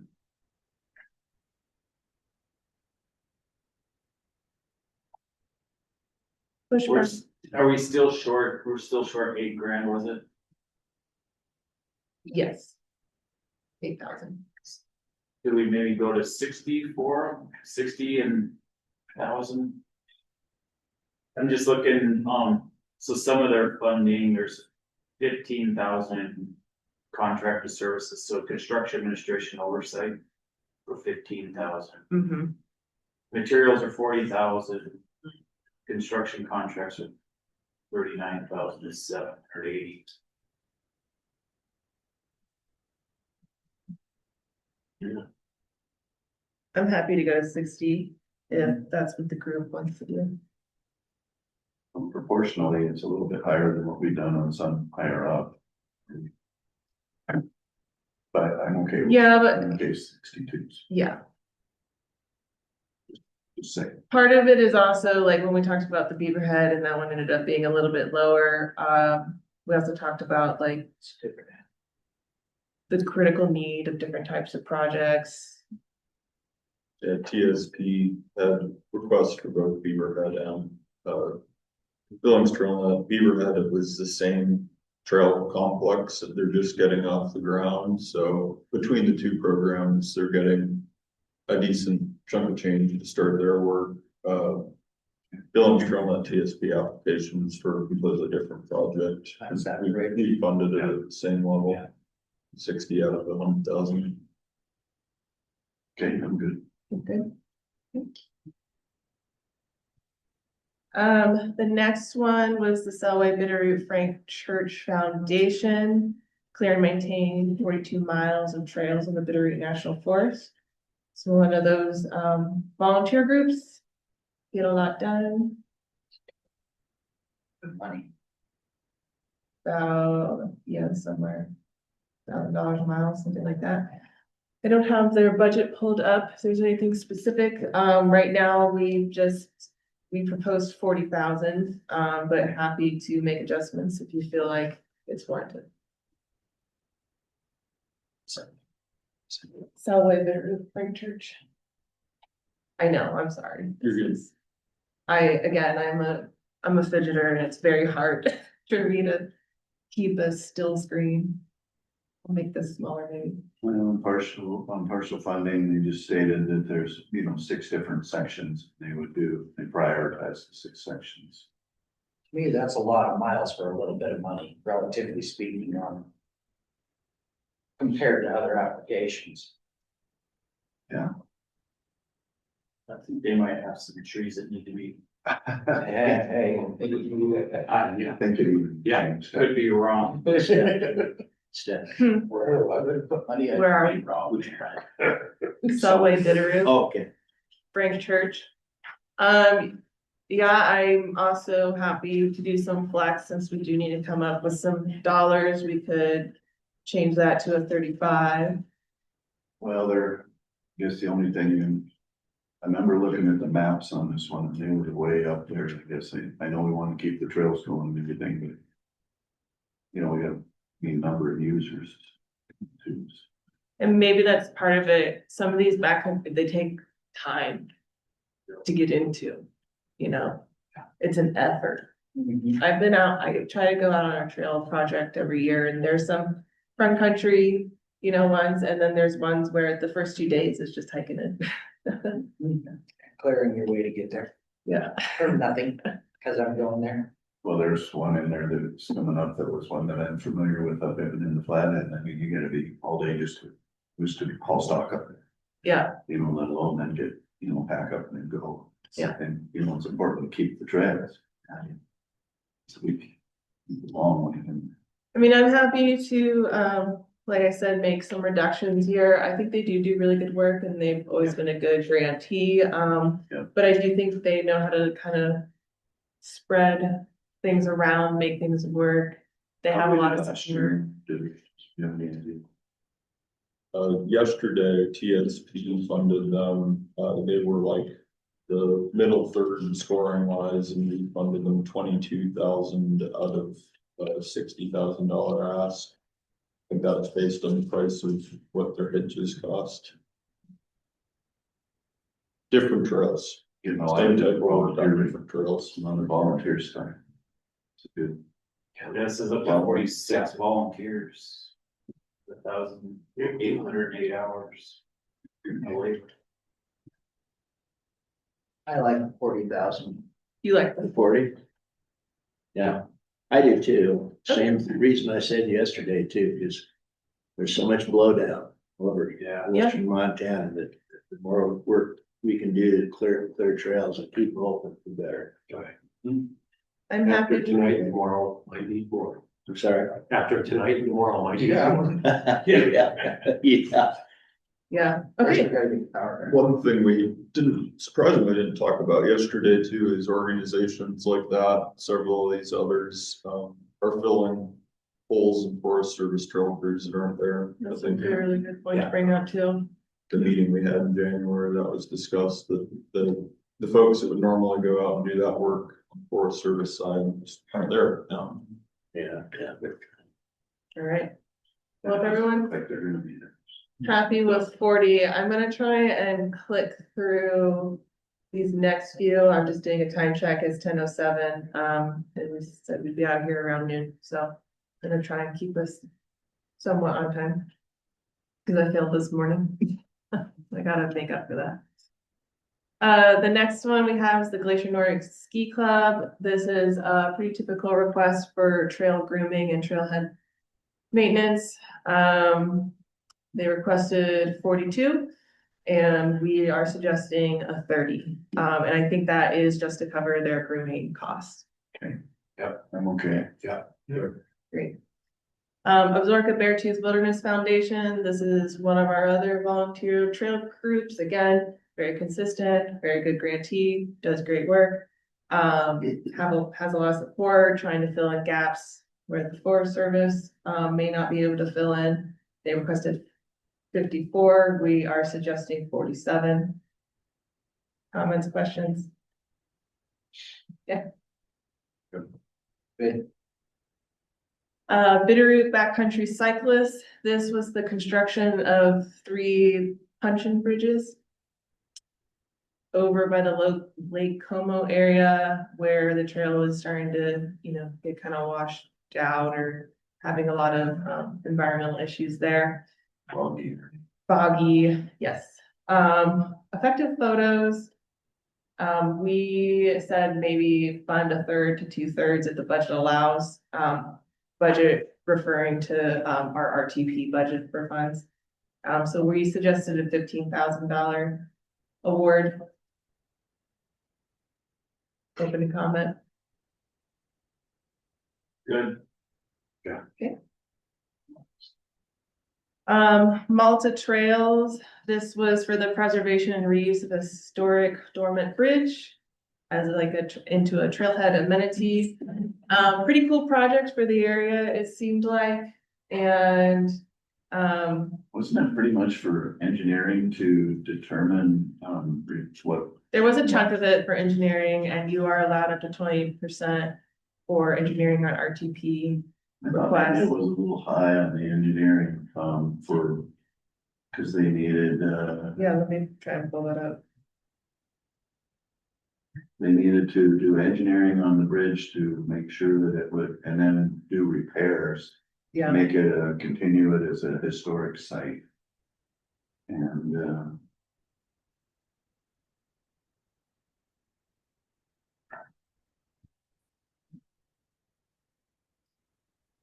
phase 1, planning phase. Yeah, it says secure a floodplain permit from the Department of Natural Resources. This is what the money be. Conduct a detailed bridge inspection, develop repair plans for Great Western Engineering. And coordinate with SHPO to ensure repairs preserve the bridge's historic design. So it's more like, I realize it's a trail amenity and I love that it's in Malta and everything on that, but it certainly doesn't get a lot of trail built. no, it's definitely more of like a historic More of a part of it. centerpiece. I mean, I think that there is a trail attached to it. Oh, yeah, for sure. Mm-hmm. Like the Fort Benton walking bridge though, where you go out. Yeah. Like the Fort Yeah. Benton walking bridge, where you go out. and Yeah. Go back. Backpack on their hood out there, 2480 That's fine. Blazer. Players. Yeah. Do you want, okay, I wasn't sure. Appreciate it. Yeah. We gave them pretty some funding last year too, right, for the trail? You did through, that was a TSP, not RTP, Okay, but yeah. I remember that looking at that project last year too. Thinking what a good project it was. Well, I know planning doesn't score real higher in our minds, but it has to be done. Yep. At some point, Malta's probably doesn't have the fiscal capabilities that some larger cities do. And the fact that it's location in the state where it is, as we talked yesterday, I think we'd be making a big mistake not to give them as much as we can for an array of reasons. Historic preservation, yes, future, like you mentioned the one up at, Fort Benton, yeah, Fort Benton, that gets a lot of use. yeah. It's I think this work would lead to a really good project. Highly visible, Pardon me?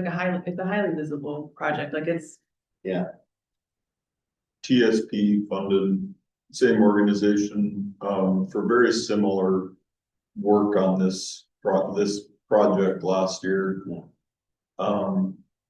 there's a lot of community support in Malta, like we've been on the front page of the Malta newspaper for funding their grant last year and people are excited about it. They haven't, as far as the TSP grant goes, they haven't gotten a lot of work done yet, but they've done a very good job of communicating with me, showing they're working up to that. One option, looking at their budget, $16,000 of the request is for the design and engineering, and then there's 47 for construction and project management activities. We could just fund the construction portion, say if you can come up with the design and engineering piece, we'll fund the 47 for your construction portion. Which is fairly consistent with a lot of past decisions we've made on projects. Well, I think it, and where it's graded and things, I mean, I'd like to, certainly like to give them, like to recognize them. Yeah, it is still, where are we? Yeah, it's still kind of in our green space, right? Arbitrary green space. Yeah, so. Let's do it. Which number? That was your recommendation. The 54? Yeah. I'm good. You're happy with that? Okay. Okay. Good discussion. Bob Marshall Wilderness Foundation Trail Stewardship by citizen volunteers. I think we all know the Bob. Typical request. Always had no issues with them. They spent the funding.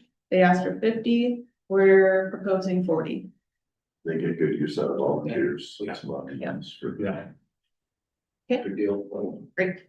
We already talked about the Avalanche Center, so we're gonna move on to the next one. This is for Our Ladies of the Rockies for trail improvements.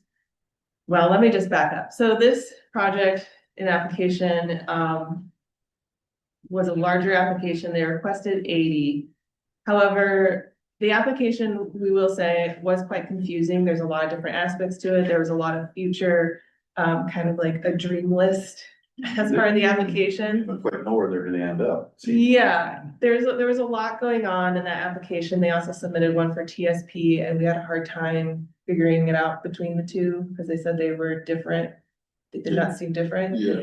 And the budget was a little confusing. So they definitely had some issues with the application. However, I think it's still ranked in that like upper mid area because I think the committee saw a lot of potential in the area in some ways. For RTP and our internal committee, we said if we're gonna fund them, we only want to fund maintenance of the trail system that goes up to the Our Lady. Yes. No, yeah, intimately Yeah. familiar. I want to be cautious what I say, so if someone from their group was listening, would want to counter me, but the Lady of the Rockies, you can get on a bus and they give you a ride up there to tour it. There's the Continental Divide Trail. Mhm. And the usage on that is, it's somewhat remote to get Mhm. along the Continental Divide Trail going through by that area where they want to put the scenic overlook and that. It's nice, but not a lot of use, just not a lot of use.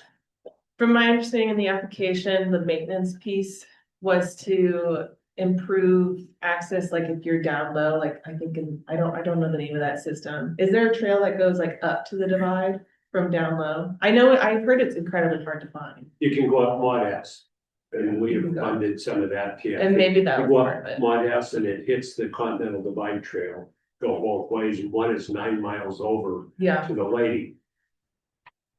95% of the people don't walk the 9 miles Really? over to the Lady and then continue 17 more miles through the forest with no other road access. So you're 17 miles through there. so it's like back. And you're just not a lot of use. Yeah.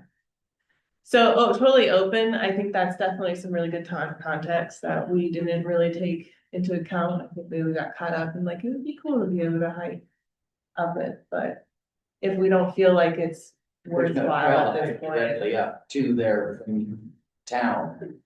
Oh, you're. No, It takes something like steep or no steep. No, no, You think the gondola is really gonna happen? not in my lifetime. Been dreams since day I one. mean, No, not in my lifetime. No. TSP is one scored solo. We didn't even talk Yeah. about it yesterday. Yeah, Well, I'm happy to zero this one out. I've been told I it. suggest we throw it out. And first time applicant, I think we can educate them on what was missing in their application. Yeah. They can come back next year with a more put together project. I think maybe we were just feeling extra generous. Just have some more fuzzies. All right, moving on. Thank you for that context. I really appreciate it. The next one is the Mile High Nordic Ski Education Foundation. This was for some various pieces of equipment to improve grooming and their ability, because they manage so many different locations, so transporting them is a whole ordeal. There was like 3 different pieces of equipment they were requested. We suggested 50% funding, maybe be able to get one of those pieces of equipment out of the way. Comments, suggestions? This is also kind of the comment area. Yeah. Like the I'm good. funding, yeah, Okay. we get one piece. Yeah, I think it'll give them like one solid. Yeah. Piece of equipment. Silver Crest Trails Association, this one was for limbing and thinning trailside trees for their cross-country ski system. For $76,000. This is because they wanted to contract. Contract out that work. It is a huge job to do. I don't have a very good feel on what the situation is, but it sounded like it had been a very long time since this type of work had been done on the system. Unfortunately, it is just a very expensive project to do, so we were having a hard time. We went back and forth for a while on like what would be meaningful, if we should. So we proposed 30 to 35K. We did release some dollars. Now we're about $9,000 in the green, just an FYI. So if we did want to fund this project, sorry, I have to find where I am again. Here I am. We could talk about what would actually be meaningful for them. But also want to open it up for discussion. Do we feel like this is a worthwhile project? Any issues, concerns, comments, etc.? It's a very good club. I know they've been around forever. They work cooperatively with the Kings Hill Grooming Association, because they take the big groomer in to do some of the maintenance on that system. So it's a good cooperative. Isn't that the issue, is they can't continue to take the big groomer and eventually? That's part of That it. was part of it, Yeah, yeah. that's part of it. I'm guessing. Have we funded that club recently? This club? TSP did last year. Yeah. It looks familiar to me. Yeah. We funded them intermittently. I don't think last year, but it's usually just for grooming. Well, I know back in the day, they've applied several times for RTP money, back in the day. I think if you give them that amount, it's like they said in there, they said, yes, they take partial, and they scope the work to the amount of money they get. So if you give them that much, they'll get a fair amount of work done. 30,000 seems meaningful then. I think so. Really? Jason? Happy with that. This next project, Whitefish Legacy Partners, connecting the Whitefish Trail from Haskell to Hell Roaring Community Trails. This is sort of part of their Close the Loop sort of project on the Whitefish Trail. They're also partnering with the ski mountain up there to be able to put their trails through a portion of their land. This is one of those folks, very good, very consistent, does a lot of work. Does come back for this project quite frequently. They do have 2 open RTP applications right now for portions of the Whitefish Trail. Hopefully those will get done this year. There was just some delays and whatnot, so there's kind of like a backlog a little bit in RTP projects for that. Did they say what the delays were? One of them was, it was kind of RTP's fault because we needed more of an environmental review piece to meet NEPA, and that process just took forever. So that was kind of our fault. for what reason one of them got delayed. But it should be completed before the end of this season. What do we do with TSP money for them? Whitefish Legacy, we partially funded it.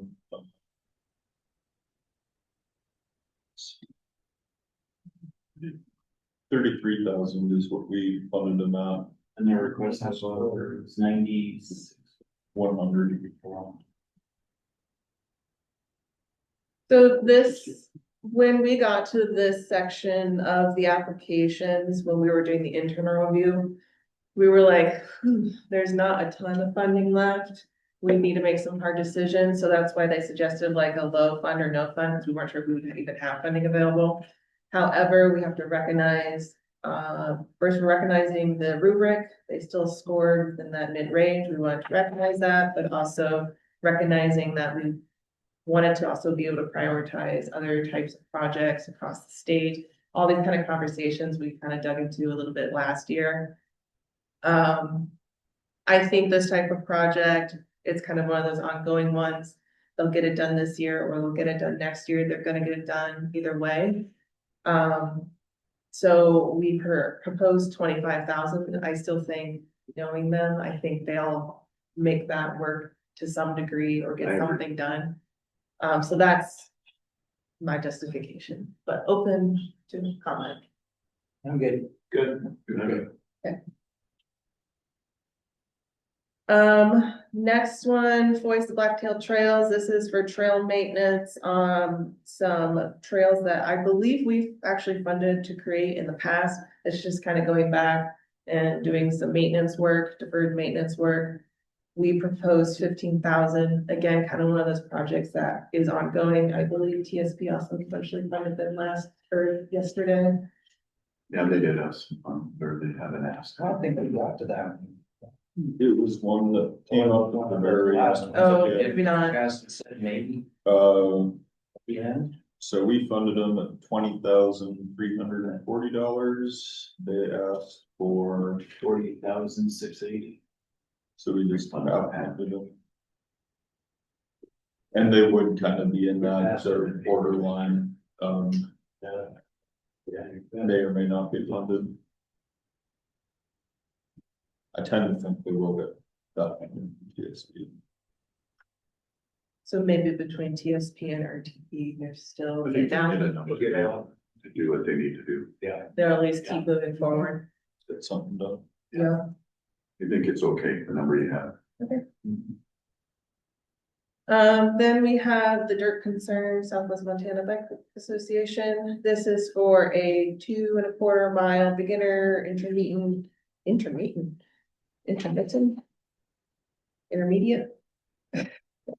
bike trail system. This is I think this is the one that was like on Crosscut Mountain area. They requested $100,000, and then just based on where they fell at the ranking, where we were concerned about budgets and whatnot, we proposed a $37,000 award. Open to comment.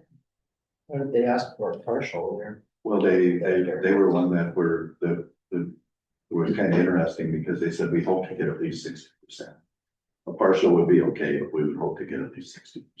Yeah. But based on where they fell in the ranking, I just don't think we could justify it. Right. I agree, Yeah. it's interesting though, the way they kind of give us it's how Totally, that yeah. wording wasn't something on Yeah. the see. Yeah. I thought that was kind of key. What we do with them yesterday? Partial, so their TSP project was kind of an open-ended, single track trail maintenance in the whole Bozeman area.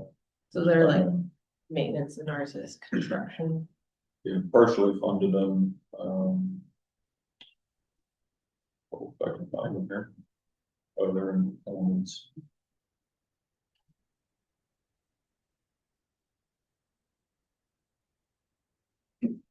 For what they're at, my question, I guess, the thing that's holding me up on this is if they, and I guess that's a question you can ask them. Is whether they can get anything done with 37,000 That's a good question. at all out of. what is this, you know, are they? Can they shrink it down to No, doing they it said in they have. portions, but it doesn't look like they can. They said they have $30,000 cash on hand that can be applied to this project, so if they Okay, get missed that. 30,000 and then they get another 30. And they do some in-kind labor, I would have to think they could get something to it. We normally do what we can do. Yeah, no, I'm just, if it's, you know, I was taken in a way to where my mind was going, but I don't know where I put it either. You know, I've gotta say it, it's, you know, our 100,000 is our max we can grant out, and I've seen this through the years. A lot of clubs and associations say, well, they'll allow 100,000 in scope for as much as we paid it. And they might actually only need 20,000. I've seen it happen too many times with the various grant programs. So they may ask for 100,000, but we give them that amount. I'm guessing they'll be happy. It's like, Yeah. I'm guessing. I think if you're gonna go through the trouble, and if you have the real estate and you know, if the trail can keep going, I think it. You know, literally some of these has become job security. Yeah. Well, every time I see $100,000 request max, Makes you wonder. that's what I'm thinking in the back of my head. Yeah, go for the max, but Why do less? You know, those are the trouble. I don't know, like, you guys talked about doing to lower the max for TSP. Sometimes I have the same thought because we don't do a lot of $100,000 grants because it's really hard to justify. Last year, they asked TSP for 100, I'm going off memory, but I think we gave them 60 and they still got the entire project done. They were able to come up with funding and make it happen. Yesterday with TSP, they wanted almost 90,000 in the elements of both category. We ended up thinking they didn't fit in that elements of both category, and then they scored well enough that we never talked about them in non-motorized. So they're getting no TSP funding this year. So I'm okay We're with giving it that. 37,000. Yeah, I think they can get something to keep that. You bet. I feel that that's not insignificant. This next project is for the Bozeman Ranger District. This is for utilizing MCC crews to restore tread and corridor on trails. They requested 51,000 and the internal committee essentially recommended funding one of the MCC hitches, which would be about $17,000.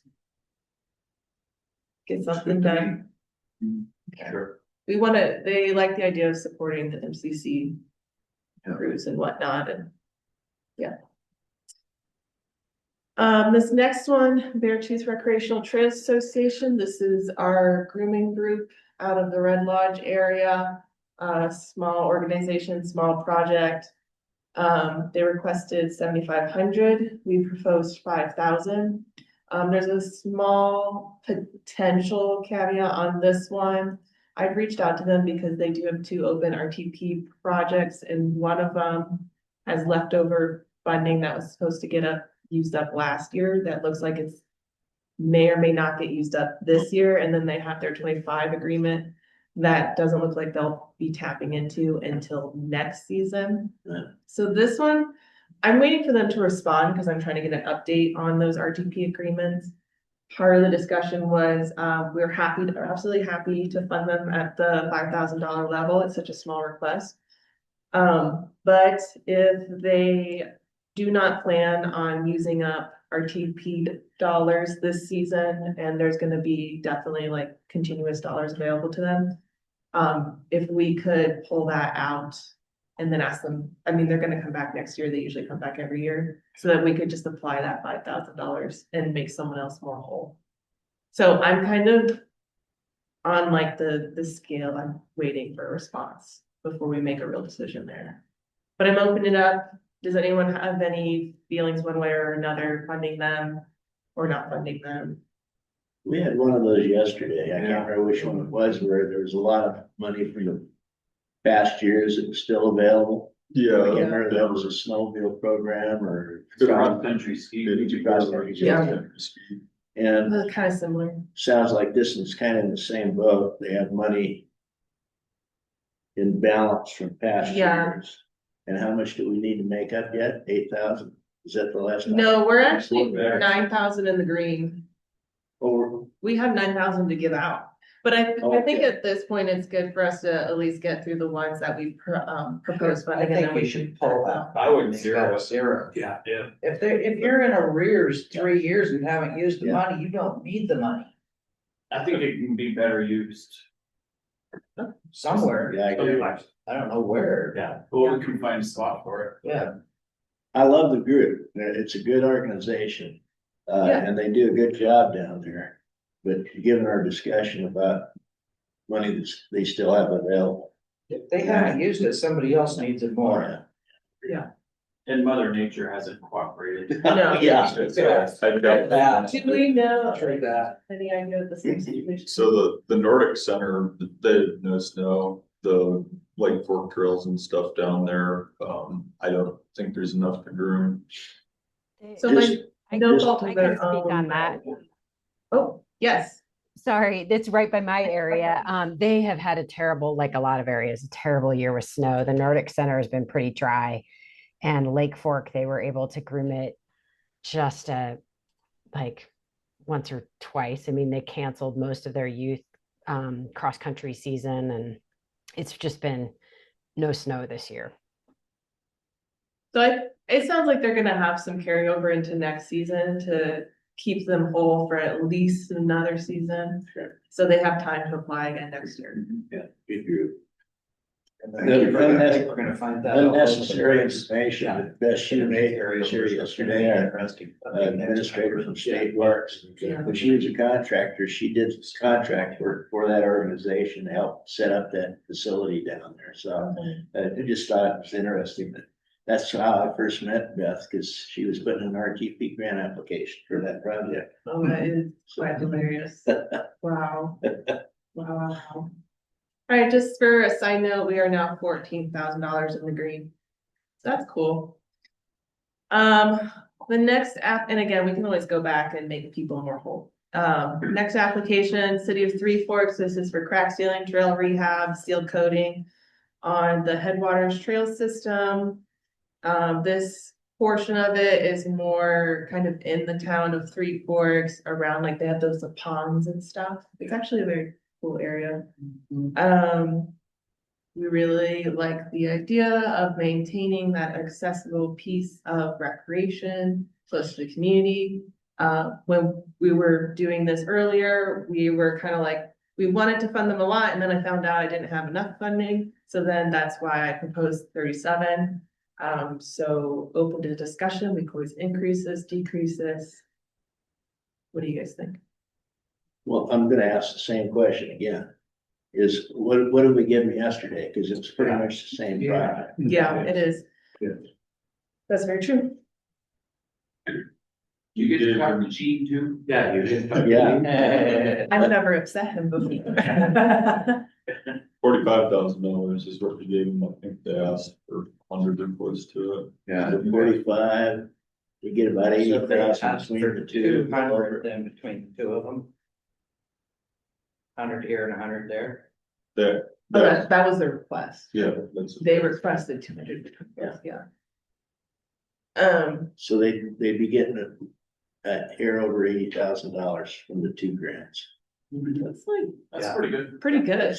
That's enough to make it I gotta worthwhile to believe- do a paving contract. You neither one of you may get chewed too bad by Gene if if the two programs. Maybe at least it'll be like a joint call though. as long as you go out there and provide the labor of yourself, yeah. He'll let you off. All right. Well, if folks are happy with this number, okay. The next one I have here on the list that we proposed funding for was another avalanche center. We've already talked about that one, so that's set aside.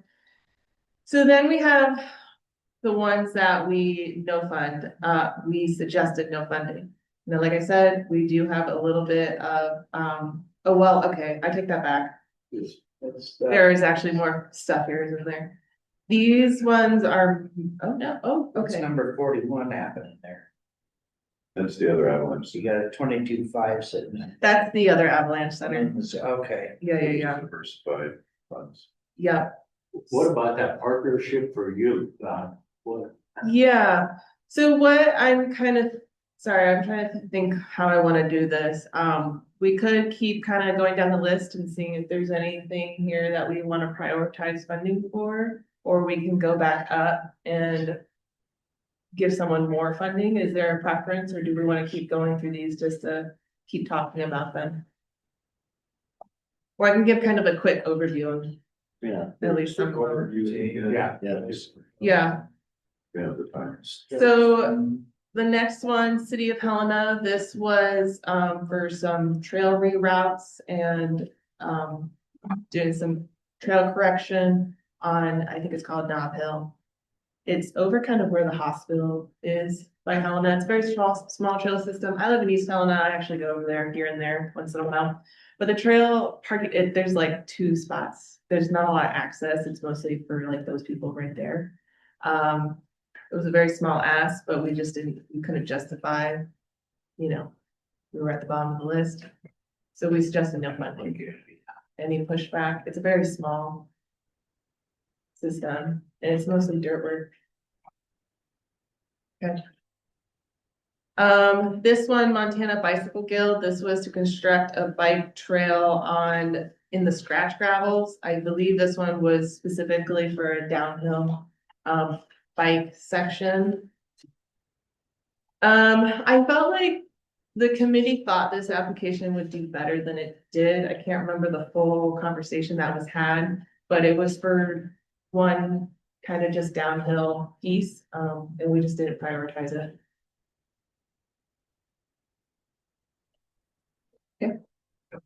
Yeah, that's my baby. Uh, Not me, I'm the one who put the plan for that area. It was mentioned. Yeah, They're just they're the group that we work with that's implementing. yeah. I didn't even know they put in for that. Yeah, it was for because they mentioned the plan, but it was it was a very tiny piece of the puzzle. It was just kind of, and they said they wouldn't take partial funding too, so. oh, they didn't, okay. Yeah. Never mind, I was wrong, it was, There you go. Friends of the Little Boats, we already talked about that project, that was the mapping project. Lake County, this project was to complete remediation activities between parking lots and beaches at 3 parks. This one, we kind of went back and forth on. The application itself, we felt could really use a lot of refinement. We really like the long-term goals discussed in the application, kind of trying to connect parks to each other, providing safer and better access to these different areas. This specific application was primarily to fix up very tiny chunks, mainly again, parking lot to beach. And the question of like trail kind of came up, like, is this a trail or is it just like It's almost. a like the staircase? people Live there kind of almost. It's. That too. And which is not a bad thing, but it, like Kings Point, there aren't a lot of, that one, they didn't, it's like a tough one to get to. Well, they're county parks, 3 county parks, but okay, I didn't think their application was very well. This was one of the ones where, again, we kind of like, we felt like we could see the long-term vision, but we just felt like maybe not yet, need some refinement. And again, that kind of question, like, will these little chunks of like quick accesses, is that like enough to justify an RTP project? Wish it had a little bit more connectivity or something in there that would see like rec use on it as opposed to just getting from point A to B. This is one of those really complicated conversations in the trails. Okay. It doesn't sound like I have any pushback on a no fund on that one. Well, so what do the county parks consist of? I thought I knew of all of that, but they must be very small areas that just have a little piece of shoreline. And certainly the Kings Point one is nothing. Didn't even know there was a park down there. Hardly have access. Yeah, I guess I could look on there. in Finley Point, maybe I thought there was one little park. I know that area pretty well. I was going on the back, they said they were county parks, but you know, I can't say that I know. Oh. I mean, if there's something substantial in there, you know, and people actually are gonna look that up and say, hey, there's a park and we're gonna go there, and we're gonna park and we're gonna walk there, then that's great. Well, they list them here, they say Mellet Point North. Mellet Point, Georgia Road, Chuck Dixon Park, Kings Point. Well, that's what they specifically mentioned. Now, I don't know what was that. Stephanie, Hmm. are you sure They you didn't don't say have the that county Gallup park. Government Center funded twice, once here and once over in education? This is the same list here, let me. Oh, it's the same list, okay. Oh, Yeah, there we are, okay. yeah. And they look really similar, cause one's Yeah, the Bozeman and the Flathead or, well, we got 3 avalanche centers. Yeah. Funded, the right? West, yeah, Okay. yeah, there's only the 3. Yeah, I know where that. I don't like that project. Did we, Okay, Hunter, did we fund the Gallatin yesterday? TSP? I believe it's, Which one? The Avalanche or? Yeah, was that was for equipment? it's for 12,000 for a trailer. yes, they are fully What we funded did with with the TS. equipment. Okay, Or, thanks, Yes. I didn't remember. Okay, yeah. I they- think we're having 3 fully different. funded with TSP. Okay. Yeah, Okay. Well, it sounds like we're on consensus that we're okay with moving forward with the no fund on that one. Yeah, So the next one, we have the Partnership for Youth.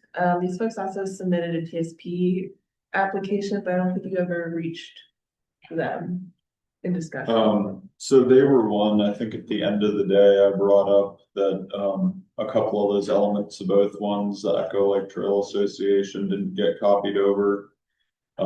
When we decided they didn't belong in elements of both. And they were one like that for TSP. So they scored at the level where they'd be, in that like 50 to 75% funded range. We didn't talk about them yesterday, though, their TSP application, other than, that they didn't belong in elements of both. So you didn't necessarily talk about their scoring. No, So that's, what's funny about that is one of the comments that my committee made was, I hope they find funding through TSP. and with TSP, there was concern about the travel costs from St. Louis to Montana. And if that was eligible or not. The project itself, I think, was pretty good. It was like youth core trail work. yeah, tremendous match, like 247,000 on their side. Yeah. Trails, clearing trees and trails, like wildlife. So just to focus on the RTP application really quick, but I do think this may be a joint TSP RTP discussion since you guys haven't really gone through it yet. Through RTP, we did feel the application was fairly vague. There was some back and forth on how comfortable we felt about funding like out of state versus like if they use like an MCC or who are supporting like all of that in-state stuff. With that being said, it's still AmeriCorps, MCC is also AmeriCorps, so there's, maybe 6 in one, half a dozen in the other kind of a situation. So you thought it was vague, huh? We thought it was vague compared to like other sites of maintenance projects that we fund. It's so wide, it's hard to like Okay, focus in on. Those don't tend to score it quite as well as opposed to saying, we're gonna fund X, Y, Z and T trail. well, actually, that's in my notes, I thought it was a decent application because they actually did specify the trails that we're gonna work on. And maybe I'm looking at these Yeah, notes. it's- I might be looking at a different note. There's a whole list. I just need to list of notes with no name attached to them. Yeah, they got trail names and numbers. Yeah. Okay, all right. It was a pretty good app. Yeah. Well, then maybe, I'm not sure. Also, I will mention, like, this is a 39, which in all reality is not very far off from like the 42s that we've been funding. So I mean, like I said, very open-minded if we want to consider funding for this one. But it also sounds like discussion on TSP also needs to be made. What were they requesting funding for? Because I know in RTP, I don't think they were requesting funding for travel. Well, they had mileage and gas of $10,000 in their application. 35,000 was for salaries and labor, 15,000 for miscellaneous purchases. Whatever the hell that means. Those Be a lot. shovels and saws. Yeah. Yeah, I suppose. Yeah. It's pretty expensive too. But they got 8 crews. This is a lot. I still struggled with the money being out of state. I guess that was Yeah. my, both of them, that was my kind of hang up. And that's a personal thing, obviously, that's subjective, not objective, but. You know, and maybe you can't get that many kids to go work in the woods through MCC, and we need some kids from out of state to come, I don't know. It sounds like they just have this long-term partnership with them. They've worked with the Beaverhead for a really long time, it's just kind of a thing. Okay, Because we had the same questions, we're like, why not MCC or something else? But it might just be because they just have that partnership. So it says 44 members and 4 field staff. 9 crews for 4 weeks. So the TSP application is very similar. I think the maps were different trails, but other than that, same kind of logistics and everything. 9 crews, 8 weeks, 44 members. They won 51,000 from TSP. and we never got to that. We never got to that. Where their scoring fell, they'd be in the 50 to 75% fund level unless we decide we want to fully fund them. We got way past the 50 to 75, we got down to 30%. They scored about 40, so. And it's totally clearing trees. Both these projects are just Trail clearing trees, clearing trees. Eden Wisdom Ranger District CDT trail. And they don't give any partially funded description, just say. I would say, if they could say partially funded, what are they gonna do with, we got $14,000 to play with here. They say they've reduced the number of weeks spent on the project in their TSP application. And they got some decent match money though, I mean. Yeah, they have. RTP is showing 86,000 match. Yeah. Yeah, so Wow. if they do. Is that all volunteer Right, hours? sure, So maybe not cash to right. fund them. But then again. Grant funds, AmeriCorps grant funds, so they're getting the AmeriCorps living stipend probably. They Oh, must have yeah. gotten an AmeriCorps program funded through the federal feds. By a living allowance for national service members living here. $36,000 in matching funds for lodging meals. We got a little bit of money, don't we, to maybe 14,000 is not what that Yeah. number is. Yeah, we're 14,000. So I guess it comes down to if we feel strongly about providing some funds to this group through RTP, is $14,000 meaningful in this context, or would we prefer to see it elsewhere? Was there, what kind of playing room, or probably not through TSP? So TSP, I think they will get some funding. I think at least the 50,000 for the actual youth crew work on the ground would be appropriate. Probably a little more than that.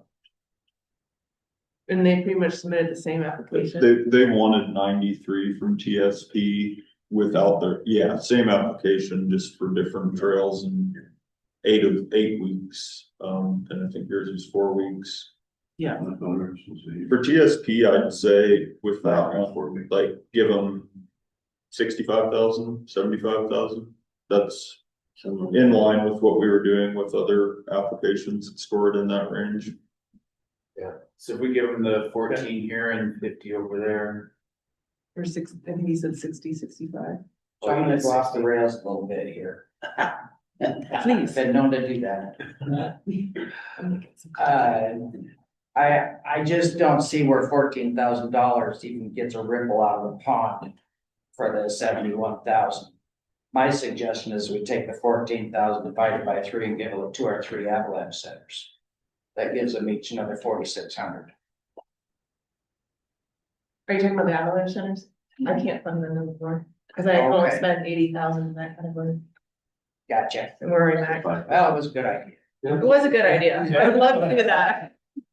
From what I'm hearing from Hunter, I would be very comfortable letting that group get TSP funding, and then this 14,000, we'll find another place for it.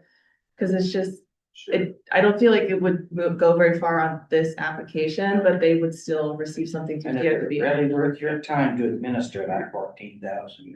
That's. 14,000 grant costs the same administratively as 100,000. Okay, well, there you go. Are we happy with that? TSP will fund them? Yeah, and yeah, RTP? yeah. Thank you, Okay, cool. thank you. Yay. The next one I have here, this is the Eureka Riverwalk Foundation. This was to repair degraded surfaces in the Eureka Riverwalk.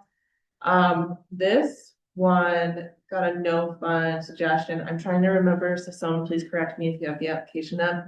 This one, we did have a lot of issues with the application. We thought it was a worthwhile, good project. The application just kind of fell through. My biggest issue was, I don't know if they were confused on the match section or they just didn't have match. It didn't sound like they had anything secured, which technically we couldn't put a contract together for them because of that. They have to have secured match. So I don't think we could fund them because it doesn't sound like they have secured match for this project. But we wanted them to come back again if they could figure out some of that planning piece. Did we do anything in TSP with them? This is Eureka. Eureka Riverwalk. Well, it says 100,000 in cash match, isn't that what, But I think that was through future grant that they're hoping to pursue. Based on scoring, we never got to talk about it yesterday.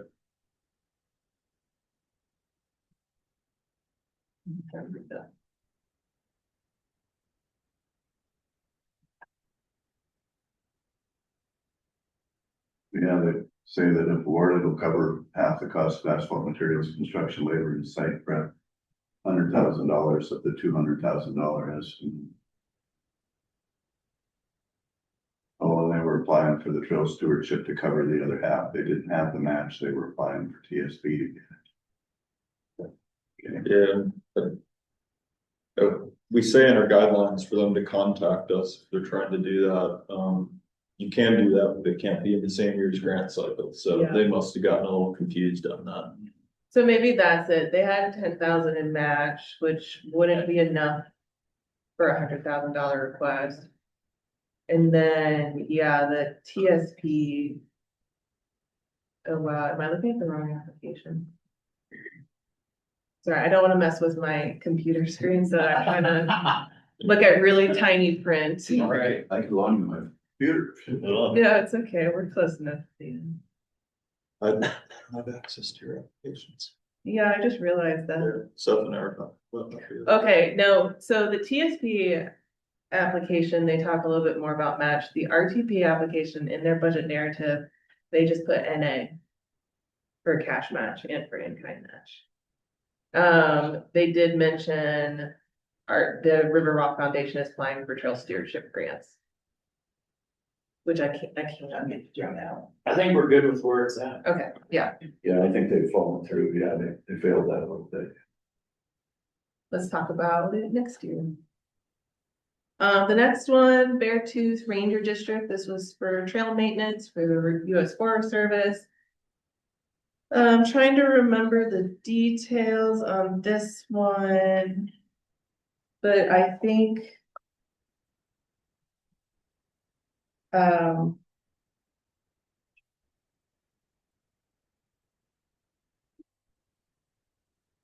hold on, guys. This is fair too. Yeah.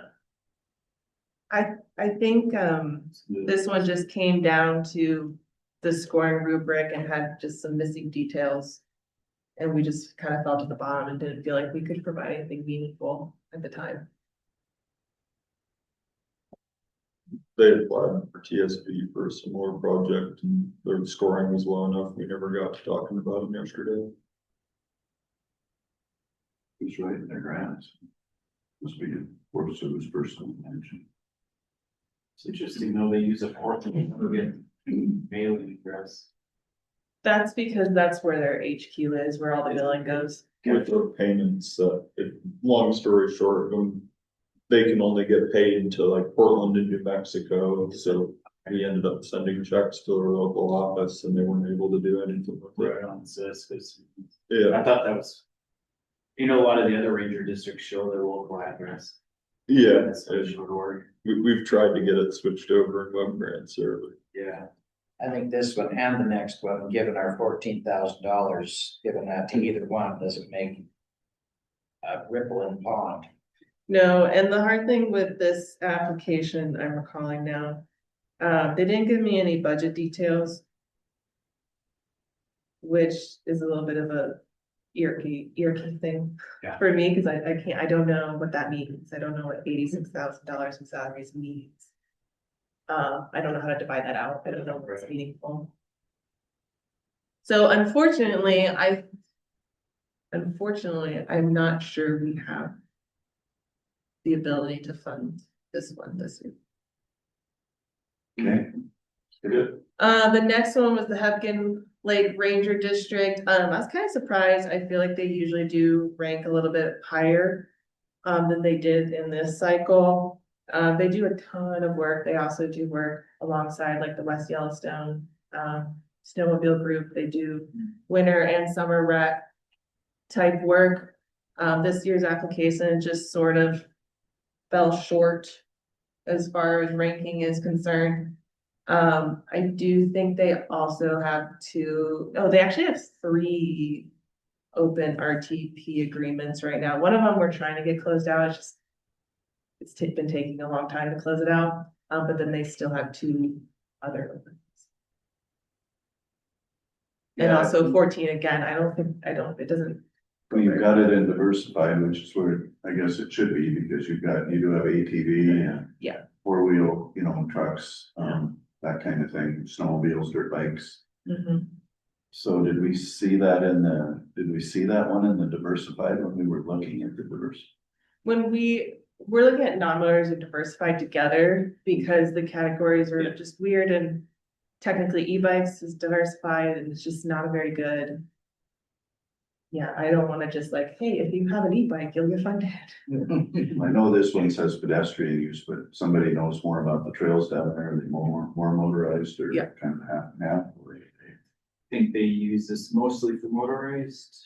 I think they do use it like the CDT trail. We're clearing of that, you know what I mean, which is non-motorized. We do some of that stuff with these same people, But it's in the right categories. Yeah. Yes. Yeah, It should be motorized. So I think the question kind of just comes down to, do we want to fund them the 14 or do we want to use that something else? What did we do TSP with them yesterday? They didn't have enough They didn't have- application. okay. Gotcha. Like I said, they do have 2 active RTP agreements and 1 that we're trying to get closed. And how much are the active agreements? They're pretty big, I believe, aren't they? They are. I think I can access this. And they're good for 2 years, right? Yes, and we can extend them. Yeah. So they have to close one they need to close one this year and then close one next year. They need to close they have a 2023 grant that we need to close as soon as possible. And then I just pulled it up. They have a 2024 agreement. I'm sure it's 90,000. They're 94, or sorry.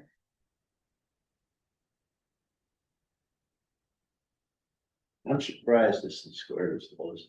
I am too, actually. I was a little surprised by the application. They do a great job, that Hepburn Yeah. Lake Ranger District, and they get heavy use. I'm talking, you should be talking about this, Jason, you know, you live there. I've worked with that district in my past so much. They do a great job. They got lots of trail, motorized and non-motorized in that district. And they get a lot of use. And I'm just shocked that it scored that low. They got 65 last year and 20 the year before. Strange. Is Norlander? It is Will Bennett's the writer, it looks like, or the name on it, but it does Yeah. help fund Norlanders helpers. That's what I was wondering, did someone else write the grant this year maybe, or? that's what it feels Yeah, like. Norlander, I don't think Norlander's ever written it necessarily, I think he puts stuff in with, but Will Bennett's name was on Yeah, I know. this, so, yeah. And just like, it's hard, right? Because these are all very important. We all recognize that these are all very important. It just comes down to whether or not sometimes we can afford it or not. I wish it scored higher. I feel like they usually do score higher. Yeah. And it's easier to justify, but The same rule applies. They've got outstanding grants still sitting out there. They haven't spent the money. Yeah, that's.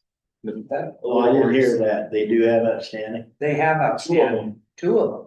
80,000. And if you got Oh, 14,000, I didn't hear. won't show far at Yeah. all for seasonals. They get a but new I ranger, think doesn't know how to. That put right them there, under. it's not gonna do anything. that's a good, nice And I MCC. look at it different. I would think that they should have expended it even more with less. Yeah. That Yeah. force staff, you know what I mean? I would That- think. Right. Yeah, I don't know. Okay. Okay, I think No, I we've get it. agreed to move forward and it's like a sad day, but they will come back stronger next Yeah, year. absolutely. Okay, Yeah. No, I'll take back, again, I'm surprised, but after I hadn't heard about the balance out there yet. Yeah. So. Okay. Sorry, I spent it or. The next one was the backcountry horseman of the Flathead for 12 miles on trail maintenance. And I think unfortunately their application just really fell flat. For the review committee, just missing information. I believe this one just also had like some very short, not detailed responses. We just couldn't justify a high ranking score. We did, I think someone knew the area and they're like, that is, you know, a great trail system, but. again, Well, that's the one where you go all the way, you gotta go up to Trail Creek and then, so the haul up there is, you're all Intense. the way up the Canadian border, head over toward Eureka. If you go up the North Fork, west, you gotta go up Eureka and go up Graves Creek and then cross over and, get to the trailhead and then it's pretty much stock, you know, but they do have corrals up there and a nice, beautiful camper. I mean, we go ADV right through there, you know, so we'll make the loop, it's a great loop for the motorcycles. But and then the single track takes off from there and then you're ways, or the equestrian trail or whatever, hiking trail. And then you go to the end of the hiking trail and then there's some cleanup that has to be done. So yeah, it's a long way up there. I can't imagine it gets very shoes. Just There's gotta be a reason these, we're getting down to the bottom here. There's a reason. Yeah, You this, guys scored these, so. Or clear at the bottom. the application just really, wasn't very well detailed or one missing. So, They'll come back, but Yeah. I mean, all trails are important to keep open and Lord knows we're all gonna need some work. It's just Yeah. like you said, you know, I Figure don't that know one this out. one's. And I didn't really even see any lakes or anything there to go. No. Maybe there are, usually most of the trails went to a lake or something. sounds like we have consensus on that one.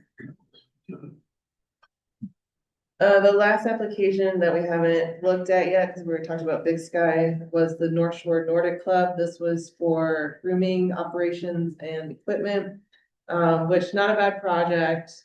I'm sure it has value, especially for a club. I don't believe we have funded in the past, but again, it was just one of those things where the application itself really fell short as far as the scoring rubric is concerned.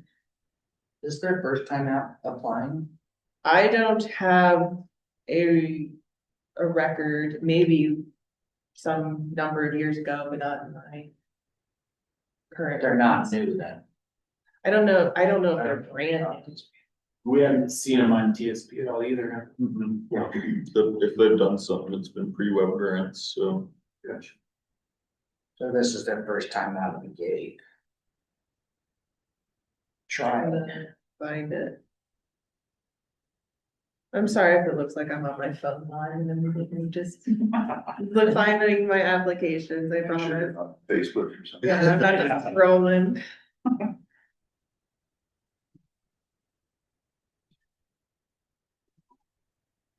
I think, I'm trying to remember, Oh, there it is.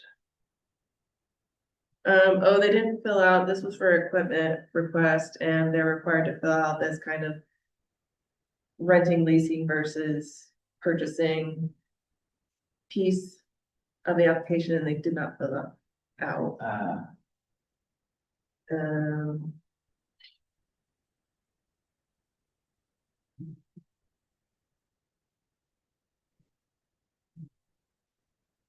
Yeah, and that one for the backcountry horse, when they're going north, it was right from the campground out that they were maintaining, but to the south, you would ride in miles and then start maintaining from there. what did they do?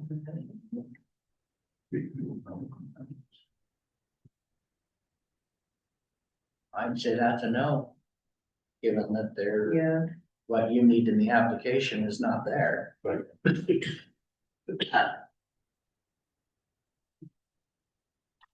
yeah, I think it did just fall short, so unless people have some big pushback for me, I think we can let it lie and we can give them feedback for next year. Sounds good. And maybe it is one of those things, again, we talked about it being a 4th season, maybe they have time next year. Would still be beneficial for them to come in. Okay, with that, we have $14,000 to play with. So, is there anything calling to anyone, heartstrings, like where you want that $14,000 to go? Do you want the internal committee to come back next week and discuss and decide? Or we can have any number of conversations here too. One question, so up above, you needed to talk to 1 or 2 groups about funding, is that? The right? Bear Tooth was Yeah. one, but we kind of just based on what we do know that would be a safe one to pull Right. for now. I'm trying to remember what the other one was confirming with the BLM on their match, but it seems like that's pretty secure and we'll get what we need for that, so I'm not Yeah, too worried. I can definitely follow. Oh, the public access on the. Oh, yeah, and that was just, confirming public, they just wanted to make sure, cause it's part of, I think it's part of a lodge, so is it for people visiting the lodge or is it just for like anyone? Yeah. So that's just, we wanted to confirm. TSP had the same thing, we basically just need something saying that there's public access. Yeah, for sure. I don't think I brought that up yesterday. And that would just be a contingency thing, like you'll be awarded contingent. And then that would be one of the conditions that we have that discussion. Other ones, I'd like to see the 14,000 go to cutting trees out of trails somewhere. Yeah, that's If true. we need some guideline. Yeah. That's my guideline. the Silver Crest Trails Association. That was a big tree project, Yeah, that looks good to me. and that was an expensive project. Where is that one? Let's It's pull it right back up. there. Oh, wow, look at that. Lemming and thinning of trailside trees, they needed 76, we proposed 30, we could do 44. Sure. Sure. Yeah, I like it. Get that contractor out there, cause it's hard to get those contractors out there. that was 0 cents out, minus 9 cents. I don't know if we need to debate 9 cents. If somebody will get that 9 cents. Some lucky winner. Okay, well, everyone, I feel like we did pretty good. We're ending on 32% motorized, 38% diversified, 30% non-motorized. I know those don't make 100% sense. Actually, no, it does. No, it doesn't. I don't know. Plus five. 5% education. Yeah, it didn't make sense earlier either. So. That's good. Whatever. I feel like we fell very close or right at where we need to be, for that distribution. I'm really happy to see that we were able to bring motorized back into, you know, the full, while also pretty much funding everything else that we, proposed funding for.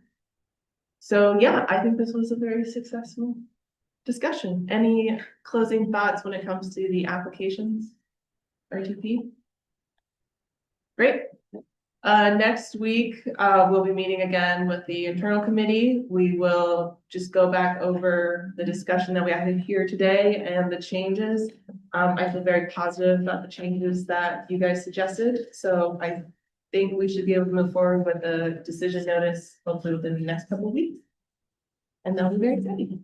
Excellent. And then do we, when you make the decisions and all that, do you send it to or when they get Yeah, stuff? I'll send it out. We'll kind of like draft that like final decision notice and we'll send it to you guys too. And then there's another public comment period. So if you have anything roaring within you and you want to provide that, that's good times. Other things, just clean up closing items. I emailed everyone the travel voucher for this trip. And I don't have any physical copies because they are very difficult to print out because they're like a locked form that FWP has. But So they're better off to fill them out. they're much better off to fill out online. Because I can't like increase the size or change anything, so it just like ends up on like 3 different pieces of paper. Yeah. I can email that out again. So send those to me as soon as you can. I'll collect them and make sure they get to where they need to go. And for consistency, just because like you could email either of us, but maybe you can just email me, just so we have like, we know who's getting them. Because sometimes I don't know. Yeah. Any other questions? Otherwise, we will have a summerish meeting to talk about the next cycle. And we'll talk about, it sounds like Storm Rebecca stuff quite a bit. We'll talk about locations for the next cycle. Hopefully we'll have our updated version of our grants by the time we do that meeting. We'll probably would have talked. Yeah, talk about that. Are you gonna send a copy of what we did yesterday? Yeah, for TSP, I'll get my spreadsheets cleaned up and before, taking that recommendation to the, division administrator, I'll just have you all look at it, give you a week or something to give it a thumbs up or thumbs down.